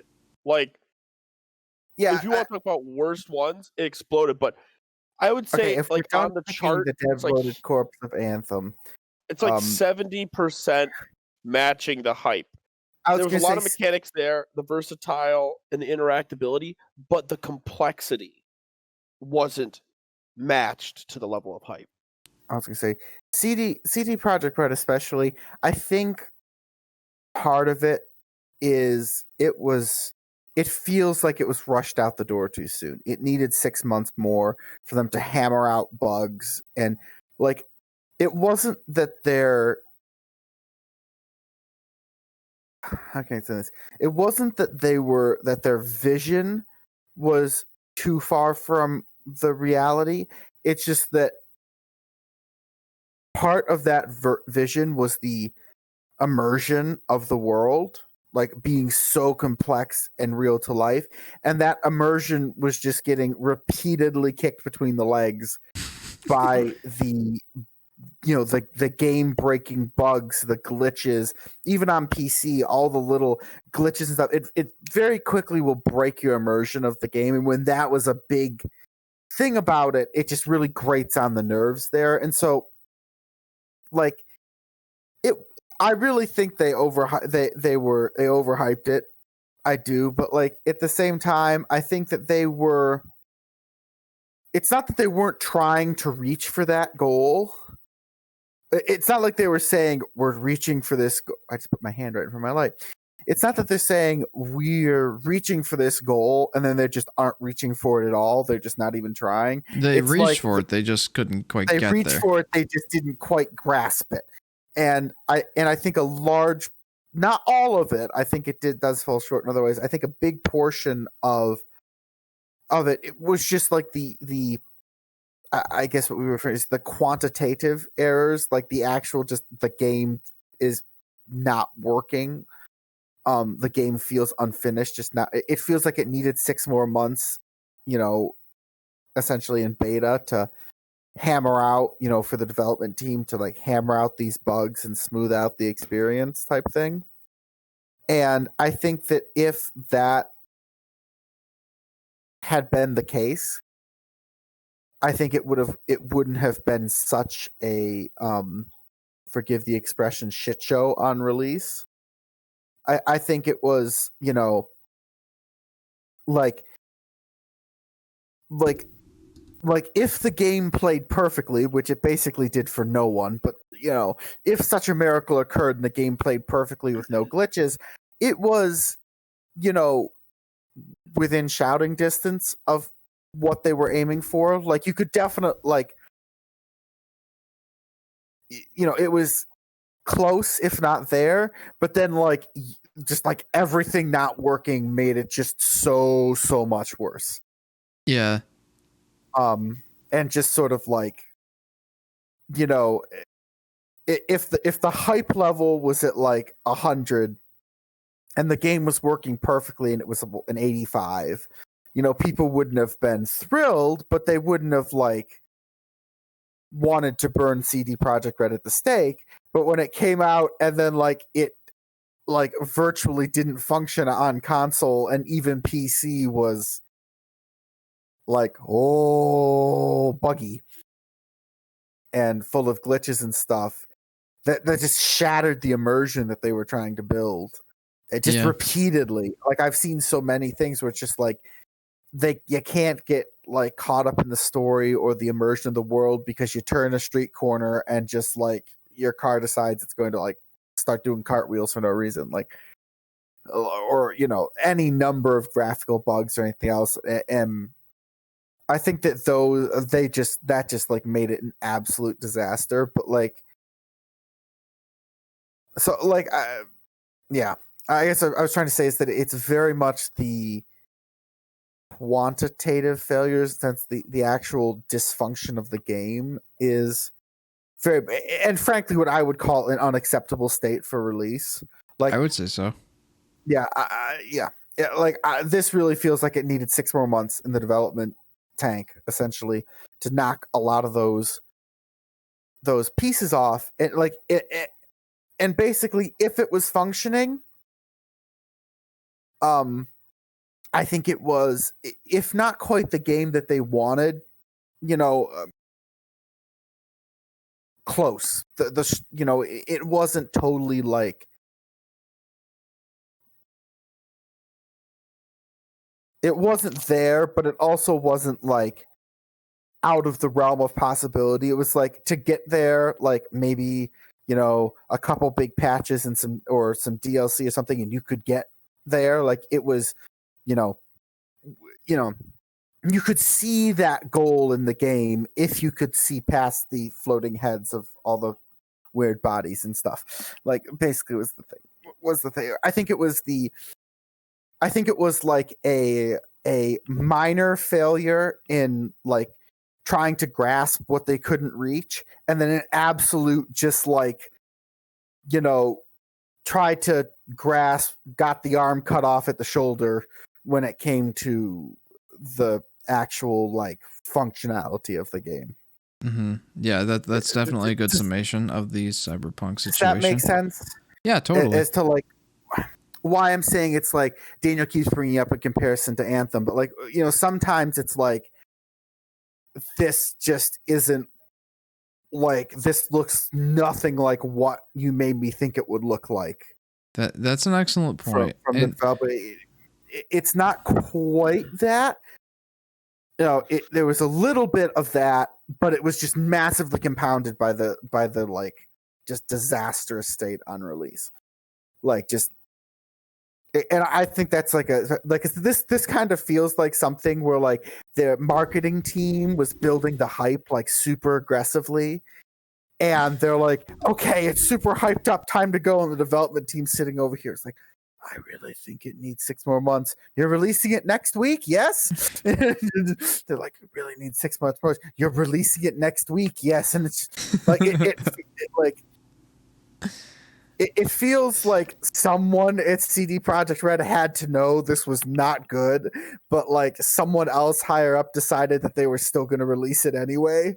Like this, like it feels like there's at least a large portion of the development team that were really trying with all their heart and would like know that this is a bad idea, and then someone else overruled them. That's kind of what this feels like. Well, they already delayed once, and they got actually backlash for that. They delayed quite a few times, and even I was poking fun at them. Like even I was like, at this rate, 2077 might be the release year. And I think it still needed. I think the developers were actually like, right.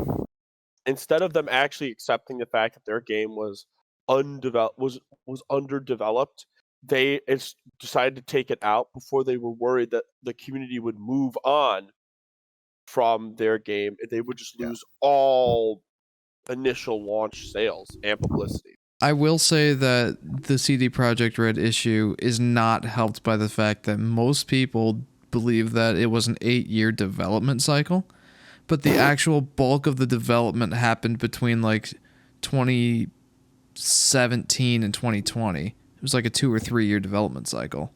Yeah, I was gonna say it feels like a 2 or 3 year development cycle, kind of like Skyrim.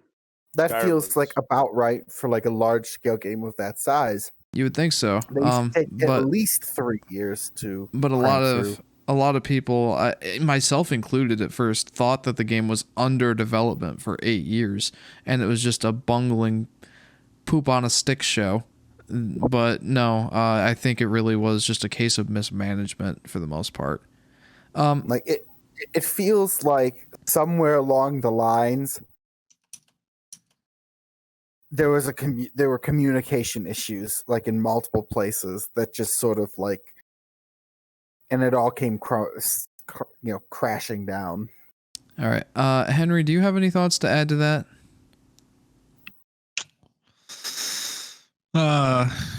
No, I think they just kind of got screwed by the consumers becoming very impatient with the product that they were selling off as being like, oh, this is going to be an amazing game, blah, blah, blah. And then ended up turning into, all right, we're starting to lose the fan base here. because they're just starting to complain because we keep pushing back the deadline. I think when they announced that first deadline, that's where they kind of fucked themselves at that. Mm-hmm. Yeah, I definitely agree with that. Like, yeah, vague. Like, how can I say this? Like, vague deadlines are like can be kind of disappointing to or something you're excited about, but just like give us like if they just said 2021 and they didn't say anything more, like I think most people would accept that as just like, okay, we're, they would be not happy, but like giving to like a short deadline for it, that's your like big mistake. Like if you're give a long deadline, if you can move it up, go right ahead. Like, but don't crimp yourself by cutting your development cycle too short for something like this. It's not worth it. It generally doesn't turn out well, and I think part of the issue here is that we have developed a sort of fix it and post sort of mentality. That's a where, whole other like, thing. You can patch games to fix them now because they're all like online. And so it's like we can release it in this, hot garbage state, but in 3 months we might have patched it so it's good, and then and they can fix it after it's been released, so it's not permanent, as opposed to like the N64 era where like you're practically chiseling the game onto a stone tablet before you ship it off to consumers. Yeah, Henry and I actually discussed this sort of thing in episode 6. Yeah. Any other thoughts, Henry? Does sound familiar. No, I think I'm good. All right, we're good. Well, I'll sum up that section with, in my opinion, and you guys can sound off if you agree. In terms of a developer hyping up a game, I've got no issues with them trying, but show us what you got and be honest with us. Don't make a fake CGI gameplay trailer that shows what you think the game should be. State it. Oh, yeah, or state it. There have been people who have advertised the game and have put out, this is not real in-game footage, for silly things like interviewing a person in a costume of their character. Sure, but which has been done. But. In my view, the developer should always be honest about what they are, like what they have and what the fans can expect. They should not be pulling an Anthem and completely false advertising. It's not a thing they should do. Any thoughts on that before we move on to the next section? No, yeah, basically to sum it up, I am fine with the developer saying we need more time. Like, I'm not going to get, my attention span is not so short that I won't come back to it when it's ready. Like, I'm fine with that. I've gotten to the point where, like, yeah, I've gotten hyped up over a couple of games over the years, but like at this point, I sort of just wait to see how it all lands. Mm-hmm. I basically never pre-order, get hyped up on a game. I just wait to see how it lands. I'll look at the autopsy instead of the trying to guess what it's going to be. There is a game. So just basically what I'm trying to say is I don't mind developers honestly telling us we need more time. Get the game right before you release it. Agreed. Like they always used to say, like, if a game's late but good, that's recoverable from. But if you release a bad game, it's always going to be a bad game. Now, of course, people are going to try and patch it and fix it afterward. But like, the quote is from Shigeru Miyamoto. It's a rushed game. No, a delayed game is eventually good, but a rushed game is forever bad. Yeah, and I really think that's just an important philosophy to do. Like, I'm not saying that games shouldn't have patches. Obviously, like, there's probably going to be some errors in the game that they want to fix. So that's You know, but basically that's my thing. Like, I don't mind them saying we need more time, and you know, that's just me. Like, what were you gonna say? I might roll my eyes and pick fun at them, but I'd much rather them just take the time they need to get it right. What were you gonna say, Dan? There is a game in which I got hyped for and it delivered, but it wasn't as much of hype as in just being a dedicated fan and just hearing one single word. Like when they stated The Room. Oh, okay. VR. You have my money. Take it.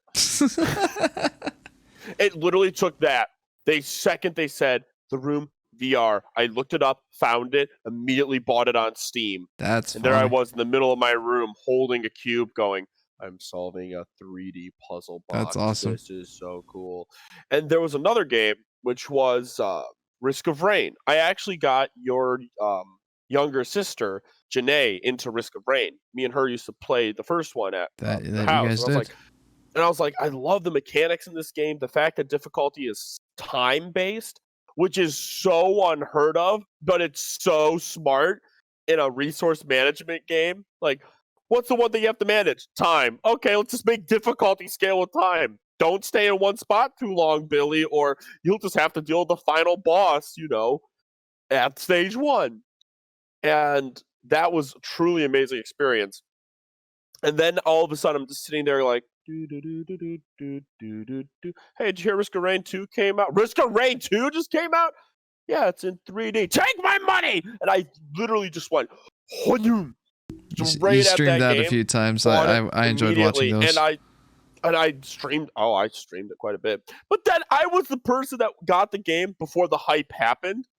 So all of a sudden I'm sitting here, I'm like, this game is a beautiful mechanic. I could praise it up and down. And then everyone started playing it and like, oh, Risk of Rain 2, it's actually a really cool objective for a game. And I'm sitting in the back like, yeah, I've been saying this for years. I'm just happy they waited this long to deliver it because it was beautiful. I still have not beaten that game, which unlocks the last character. Risk of Rain 2. I might stream that tonight. Although beating the final boss is... You just gotta get the broken items. I don't want to take any of the lunar items. Good. You gotta get good, man. I don't want to get good. Just take the broken items, Dan. You're good enough at the game to use them. I don't want to take a sword that doubles my damage, but I lose half my health. Okay? As much fun as that item sounds, and everyone uses it. Everyone goes, oh, did you win the run? Yeah, you used glass sword, didn't you? Maybe. And I'm over here like, I want to do it solo without it. And I still have not beat the game on medium difficulty. All right, I beat the game on the easiest difficulty. Okay. Anyway. I want to move on to one final section of this topic. Guys, I apologize for this podcast going over time, but there are definitely things I want to discuss here. This is the last part of this topic. Sometimes developers announce a project years in advance, and sometimes that project doesn't even come to completion, or it gets announced and then years happen before any sort of progress is shown with it. The examples that I'm thinking of right off the top of my head, The Last Guardian, that game actually did come out, but... It did? Yeah, it did. But it took years. Beyond Good and Evil 2.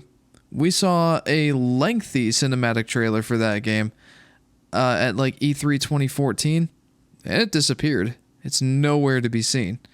Bayonetta 3 was announced at E3... No, the Game Awards 2017. 18. 17? Sometime back then. Still haven't seen anything for it. And Metroid Prime 4. We saw a JPEG of the logo back in 2017, and they've restarted development. Restarted? Yeah, because in like 2018 or 2019, they announced they weren't happy with the development, so they scrapped it and started from scratch.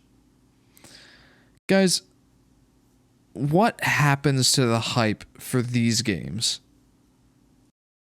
Get lost on? Like I would just I would just forget about it, honestly. Like, not in a bad way, just there's other things that come up that clearly take precedence, like the actual games are going to be released like this year, or Right. have like some type of relevance to now as opposed to the future.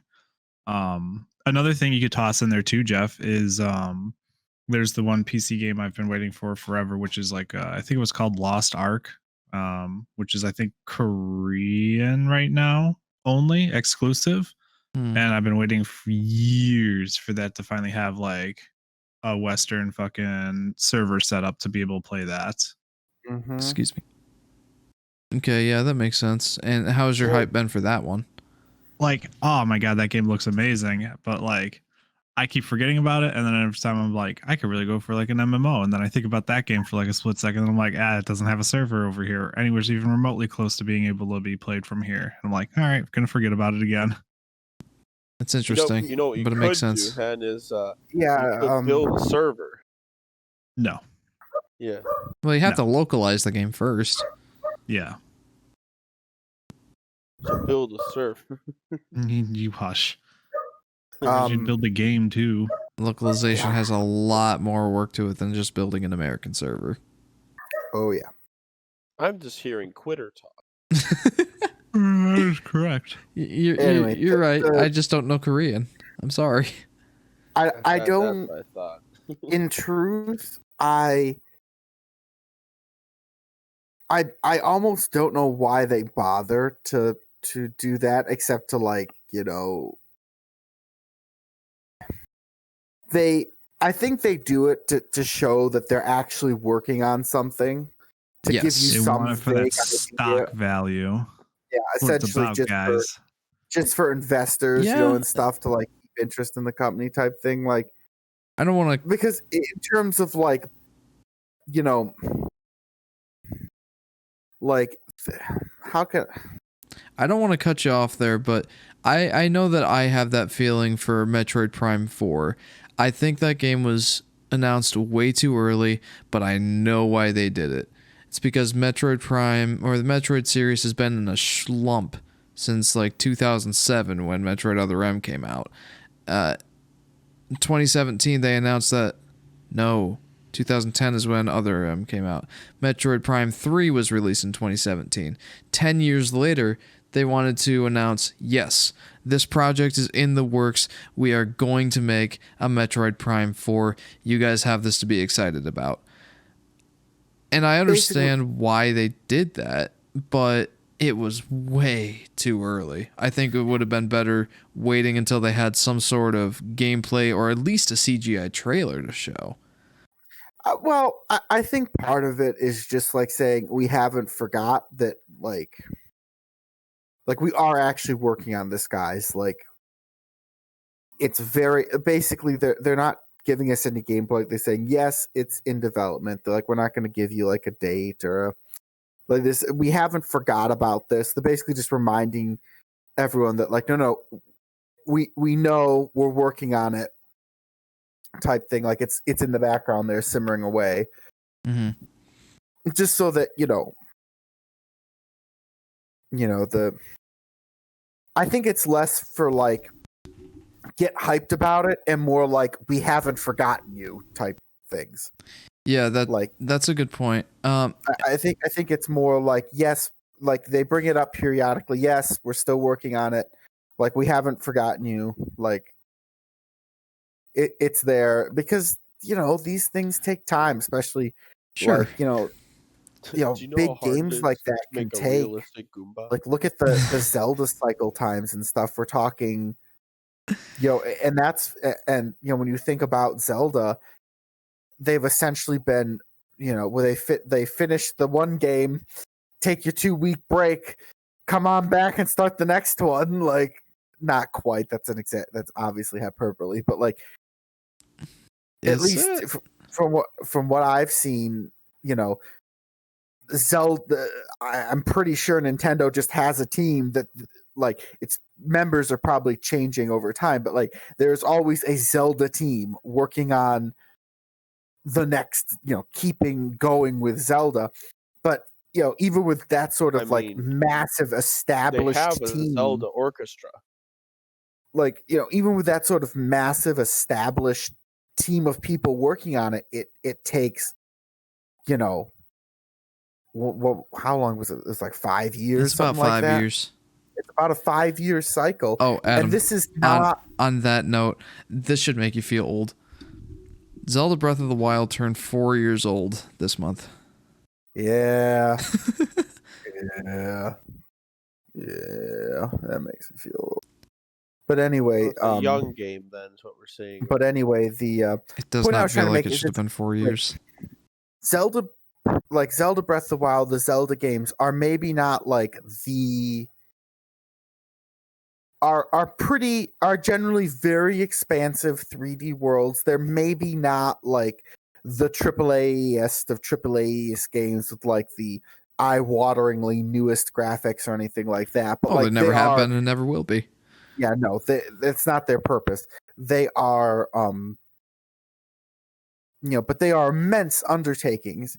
And for a team that's been doing it for 40 years, 30 years, let's call it 30 years. 30 years, 35 years next year. Like there has been this year. Essentially, from what we know, of course, none of us are insiders at Nintendo or anything. Basically, for the past 30 years, there's been a group of people, a team at Nintendo, whose sole job is to continuously develop The Legend of Zelda.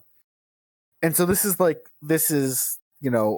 a major game developer. Obviously, it's Nintendo. Like, these people are not short on resources. Like, these people have the resources, the infrastructure. This isn't like they're grabbing a new idea off the shelf. This is, a very established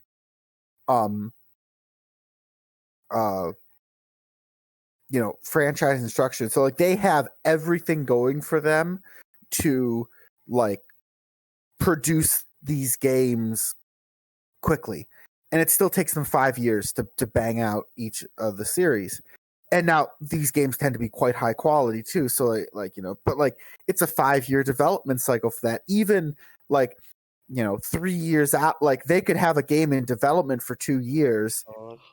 And like they're like, yes, we're working on it, but it's gonna take, it's gonna be 3 years. And that's if everything goes relatively to plan. Real quick, and hey, so Dan, they gotta remind you periodically they're still thinking about it. Dan, while we're talking about this, can you look up when The Last Guardian was revealed and when it was released? It's a pretty ridiculously long one too. But can you explain revealed? First announced, I guess. For sure, yeah. Basically, the what we were dancing around really was I can do you one better than that. I've seen gameplay of this. I actually need to watch this whole game because I heard it's a really interesting story. Okay. Anyway, because I was gonna say, The Last Guardian was released worldwide in December of 2016. Team Ico began development of The Last Guardian in, place your bets, 2008. Adam? I think Jeff's right. 2007. Oh, I was close. It was What was it again? 2007 to 2016. Mm-hmm. All right. So the point I'm trying to get to there is this kind of scenario where a game is announced so far in advance of when it actually releases.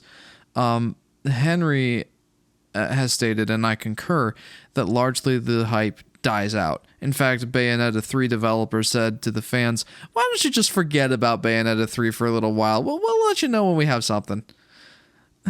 But we do have one example that I've mentioned that the game did come out. Let's discuss what happened with that. That game, people looked at it and they were like, oh my gosh, this looks amazing. This looks incredible. This needs to come out now. And sometime down the line, they forgot about it.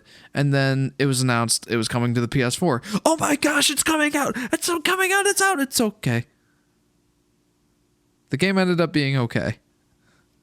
So we're talking about Hot Dog Man? What are we talking about here? The Last Guardian. Yeah, it was just okay. I've seen some game footage of it. It's a story. So it's an interactive storybook. That game went up hype. Hype died right back down. Then several years later, it comes back up in people's radars. Hype. It's okay.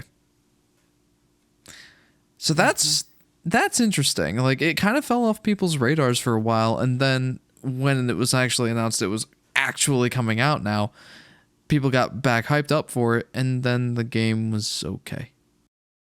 Oh my gosh. Hey, Jeff, you want to hear the fun part? What's the fun On part? average, The Last Guardian takes close to 10 hours to complete. Was that worth waiting for 9 years, guys? So, I guess part of what I was going to say is I think part of it is that these are 9 to 10 major hours of projects that gameplay. these studios My are gosh. embarking on. And I think part of it is like the studios being like, no, wait, guys, really, we're not just sitting here doing nothing. Like, these are the things we're working on. Like, we don't want to tell you everything, but like, they're trying to like say like, look, we are actually working on stuff here, guys. Like, Oh, I Ty- wish Retro type Studios would have done announcements. that beforehand. huh? I wish Retro Studios would have done that. Kind of announced what they're working on. They didn't. Side topic. Basically, that was the idea. Is they're almost like status updates. They're like they're there. Excuse me. You know, we're still working on it. We don't like. They're not necessarily trying to build hype there so much as they're just like, you know, hold on, it's coming. Like, you know. That's definitely a good point. Kind of give the fans, you know, that sort of confirmation of this is happening. You're just gonna have to wait for it for a while. And like, I think it's understandable. Like I said, like this is you know, for a major game, it's probably like a 5-year development cycle. In that, you know, that maybe we're, you know, but in that ballpark, and that's, you know, a long time, and so they, you know, have to, you know, they don't want it to occupy your whole mind. They just want to be like, it's happening. You can let that like percolate into the back of your mind, ignore it, go on with the rest of your life.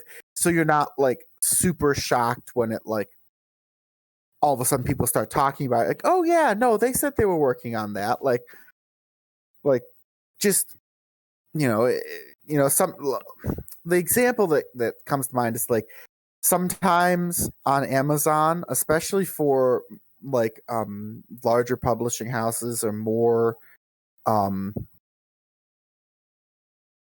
guess more developed authors with like a large publishing house.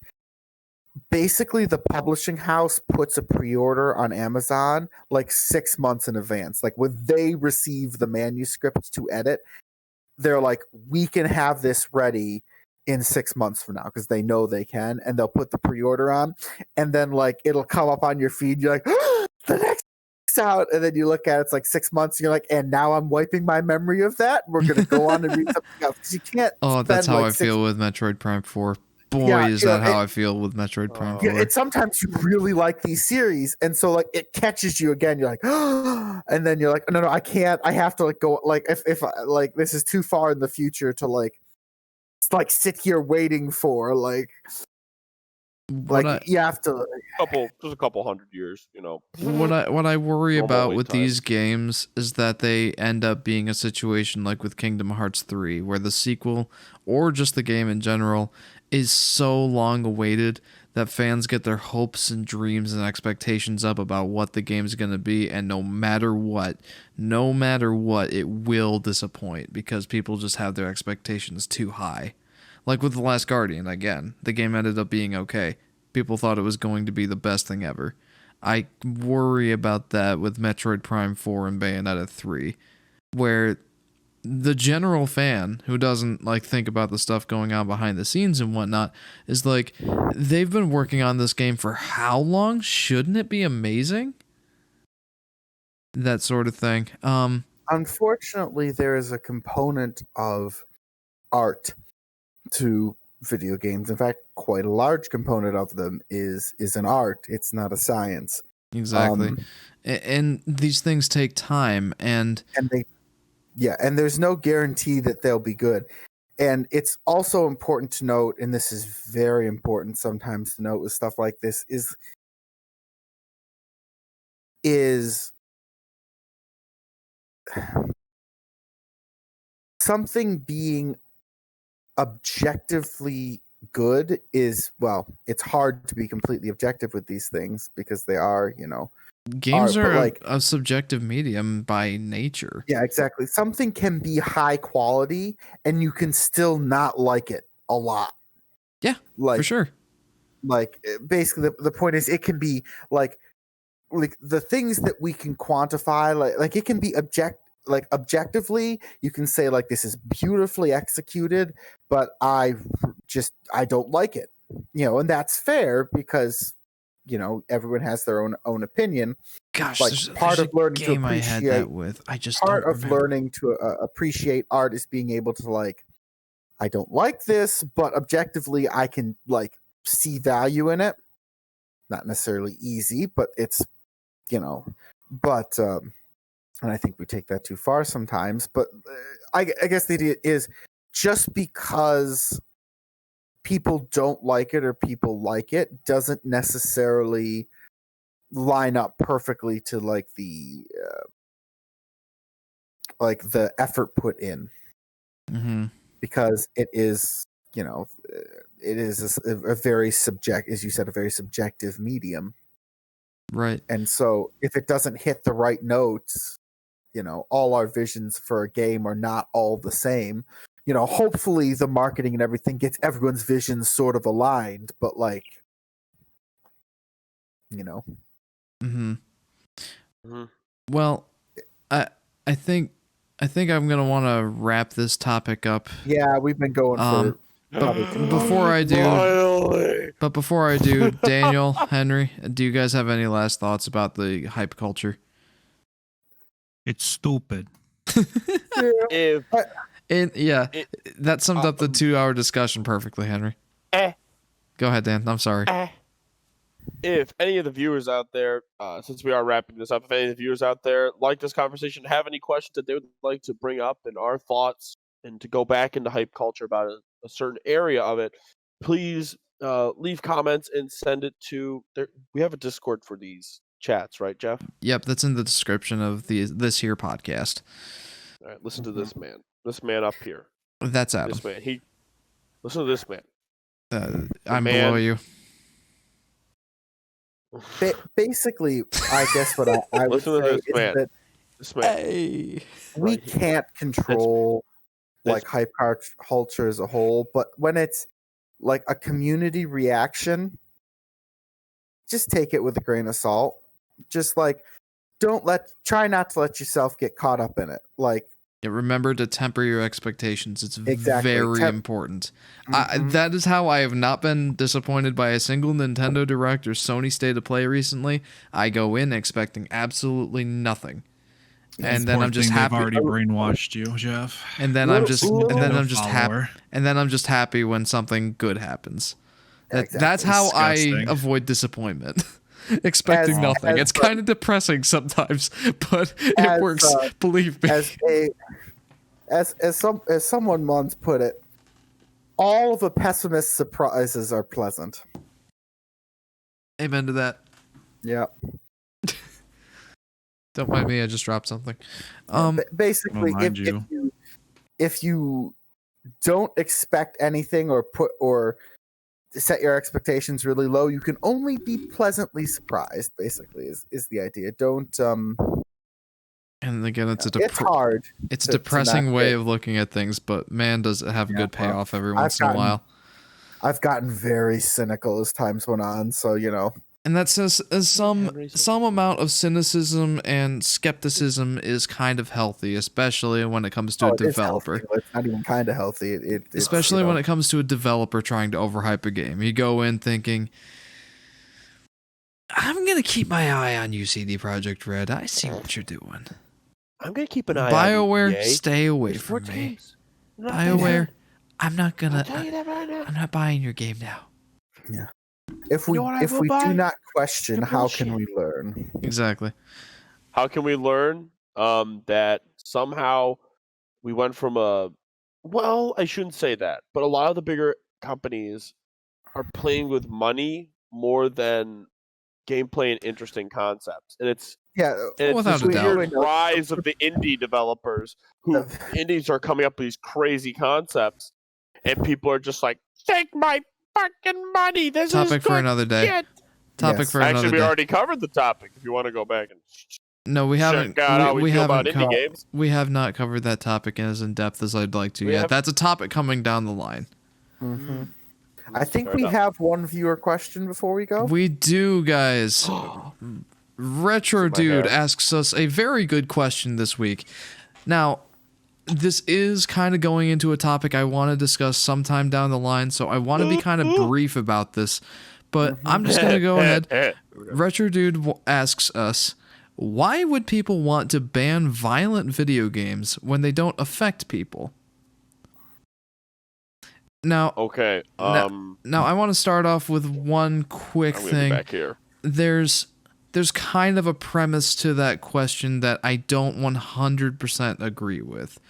When they don't affect people. People? Hey! Yes. I believe the that crazy psychologist in the room agrees. I believe that really any sort of medium, any sort of art is going to affect you in some way. The question is to what extent? Lassie, not why did you have to go down the well? I am gonna let the aforementioned psychologist take care of the first part of this. The first part of this question. Danny, take it away. I'll casually arrive. Hey guys, how's you doing? I'm just a bachelor's in psych. Don't stare at me. Don't worship me. What do you got for this question? I'm a small boy. What do you have to say to Retro Dude, Danny? I will state that Retro Dude's comment on violent video games don't affect people is a very brash statement because each person is affected differently to the stimuli they're exposed to. Certain people that don't feel like they need to have influences to understand who they are typically won't take in much from their environment. Like someone that is essentially a calm going person that just likes socializing and communicating with people isn't going to. Well, Jeff did pick up a sword and learn the way of the sword after playing Garen for so long. You stay away from me, guys. I have a sword. You see sword? This is my sword. Ching. Typically, people that understand who they are, though, and have had talks and whatnot, don't absorb a lot of the stimulus in their outer environments and are more neutral to sort of understanding the experience, gaining what they want from it, and moving on. Violent video games has been an issue forever. That's why we placed age restrictions on certain things. Even games that don't have guns in it and have quote-unquote disturbing topics, like cannibalism and things like that, should not be an impression into a child's mind that hasn't gotten the basic foundation set up for how they should handle a situation. I don't like this kid. What should we do? Eat his leg. Right, wait a second. Eating the leg is not a right option. Well, what other options do we have? We haven't been taught any yet. You're right. Calf's got to go. And that, to a degree, is what we see. We don't see a lot of people. A lot of the times when we hear there's extreme violence happening, when we do an analysis, it's like, well, did you try walking away? Did you try coping with the situation? And some of the boys I work with just look at me and go, what the fuck is coping? Why? He's right there. He's being a dumbass. I'm like, you can't just hit a kid with a 2x4. I mean, you can. You definitely can. Technically, an option is just very frowned upon. Function. Not if you want to function inside society. Society, right? Now can you're handle adding rules. Yeah, well, unfortunately, there are a lot of us on this Why planet are you that want restricting all to be me? 100 miles apart all the time. And I have heard discussion in which some parents go, "Well, my kid's mature enough, and I can, he can play violent video games, and it doesn't seem to affect him much at all." And to that, I say, yeah, if you are paying it, if you want to put your kid in the environment in which they're exposed to violent video games like that, make sure that they're supported and mentally where they are. A lot of the kids that do extreme behavior are the ones that are like, well, we gave him violent video games and we didn't teach him anything, we didn't help him manage it. We weren't there for him when he was panicking. And so that was the only thing he had was 5,000 hours of Call of Duty Slashdowns. I was going to say, the point is, I think, is putting an age restriction makes sense because when they're young, when your mind is still developing and everything, and you don't know what is, socially acceptable yet, or you haven't, you're impressionable and you're young and whatever. Mm-hmm. There are probably some things you shouldn't be just like that, exposed to in video games, but at the same time, at a certain point, you are going to be exposed to them, and it's not like video games are the media that you're going to get exposed to them through. Just like world events will take care of that pretty quickly for you. Like it, it's not like we live in a perfect world or anything. So there are some kids that get exposed to violence just because they watch their older brother like punch someone. What have I seen emulating from? There's. Basically, what we're saying is that video games, comic books. Oh my God, we're gonna talk about violent behaviors. Some early kids would copy their early behaviors from watching Superman beat villains, and so they're like, "Oh, this guy's being mean to someone." What? And it's like, and that's where they learned their behavior because they were protecting someone and they deserved the punch, which. It's kind of in the right direction. What do you think, Henry? Yeah. There's a lot of immediate. Definitely yes. And what's funny is I don't know, me personally, I think they obviously do have some type of impact on kids who end up playing the video games, but it's more of like it's not a guaranteed, violent video games means this child's going to be violent. There's a lot of factors at play there. A lot of what's the kid's upbringing that probably has a bigger influence on that than the video game he plays maybe a couple hours a day. Who knows? Maybe that's his escape and he enjoys that just to get away from reality because it's way worse than what he's actually dealing with. And he's like, hey, this is more normal to me than actually living life like my family is making me experience. So I don't know. If anything, video games are a good escape from reality, and they shouldn't have like this is how I'm going to live my life kind of impact. Like I'm going to be a racer because I like racing games. I mean, yeah, it could lead to something like that, but is that like the main thing that you're going to get out of it? Probably not. I think a big part of it comes down to the individual's agency and separating that sort of fiction from reality. The problem with these violent video games, in my mind, they can desensitize you to the idea of death and kind of You're right. I'm super desensitized. Right, like the thought of still gets me though. The thought of the loss of life isn't as big of a deal to you if you might not be as big of a deal to you if you've played a lot of these games. You might be somewhat desensitized to it. But does that mean you're going to go pick up a gun and go shoot a bunch of people because that's what I do in Call of Duty? It really does come down to the individual person and their agency. It's not the fault of the game, in my mind. So, to me, it's a stupid idea to ban violent video games because they're not the root of the problem. I think you should probably enforce the age rating on it a little bit better, but I don't think that they should be banned outright. It's really the agency of the person that causes these violent things to happen in real life. not the game. Mm-hmm. Yeah. Also, if you want and to talk, like I guess sorry, yeah. Go ahead. I guess the point of that is that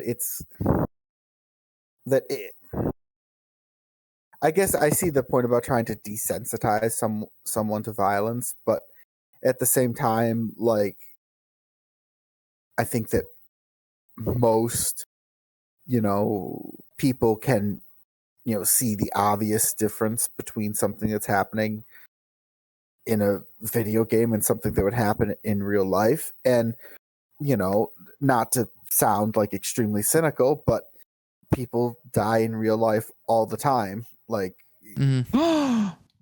yeah, sometimes once a minute, I in swear fact. we like to live here in our lovely ivory tower, with our lily white clean hands, and not accept the fact that,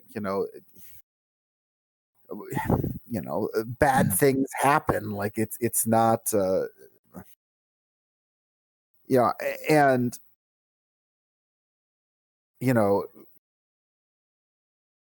sometimes, we can be very protected from that fact. And it's like, oh, who's the what? Someone younger kid I met, who there was this whole discussion about something like a current event that happened, and basically his reaction was like, I thought stuff like that only happened in video games. And it's like, no, in fact, it probably actually could be worse in real life. Like, and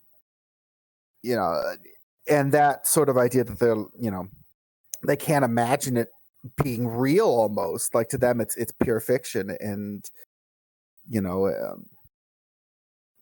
to that point, like, some people just aren't, like, that's their exposure to it. And it's almost the opposite issue. It's like they're not going to go out and shoot someone. They thought it was complete and pure fiction. They didn't even realize it could happen. So it really depends on the individual's situation, and like Jeff said, their agency, and can, if they can't separate fiction from reality, that's it's not the game's fault. It's not really it's not the game's fault, and it's, not that's more of a mental health issue at that point. Like, because you can't, and no, I think that the crux of the argument for banning video games is trying to draw a causality between these violent video games and violent acts in real life. Dan, I'm not trying to call you out or anything, but I do want to use you as an example. You play a lot of third-person shooter games, first-person shooter games. Horribly violent. Very violent. The Killing Floor 2 is a very good example, although that's against zombies. Either way, you're shooting a lot of targets in these games.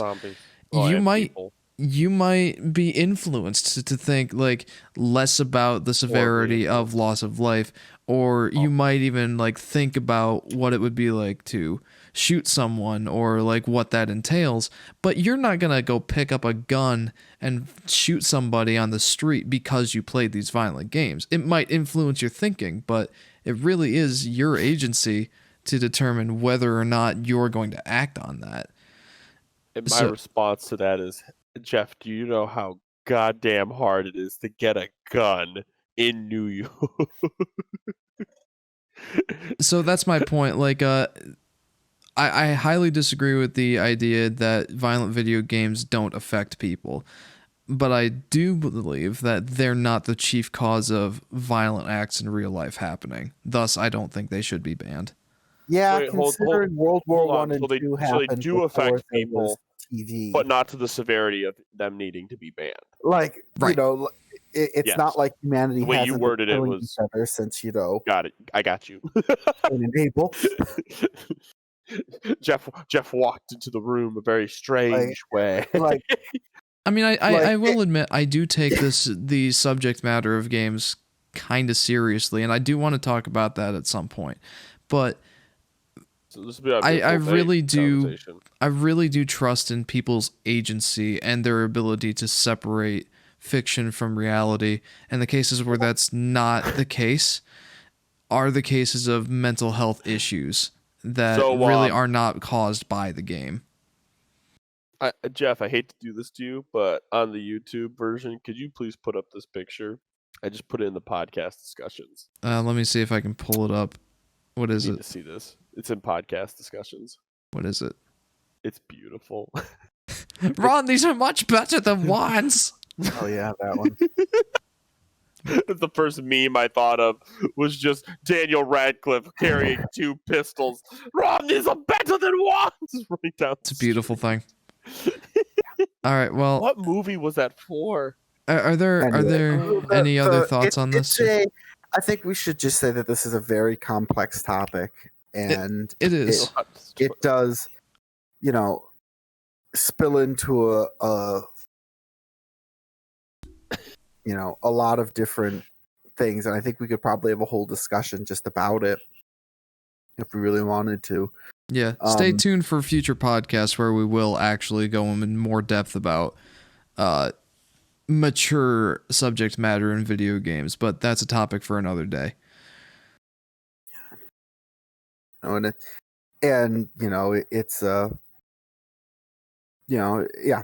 basically gets into a whole discussion about human morality and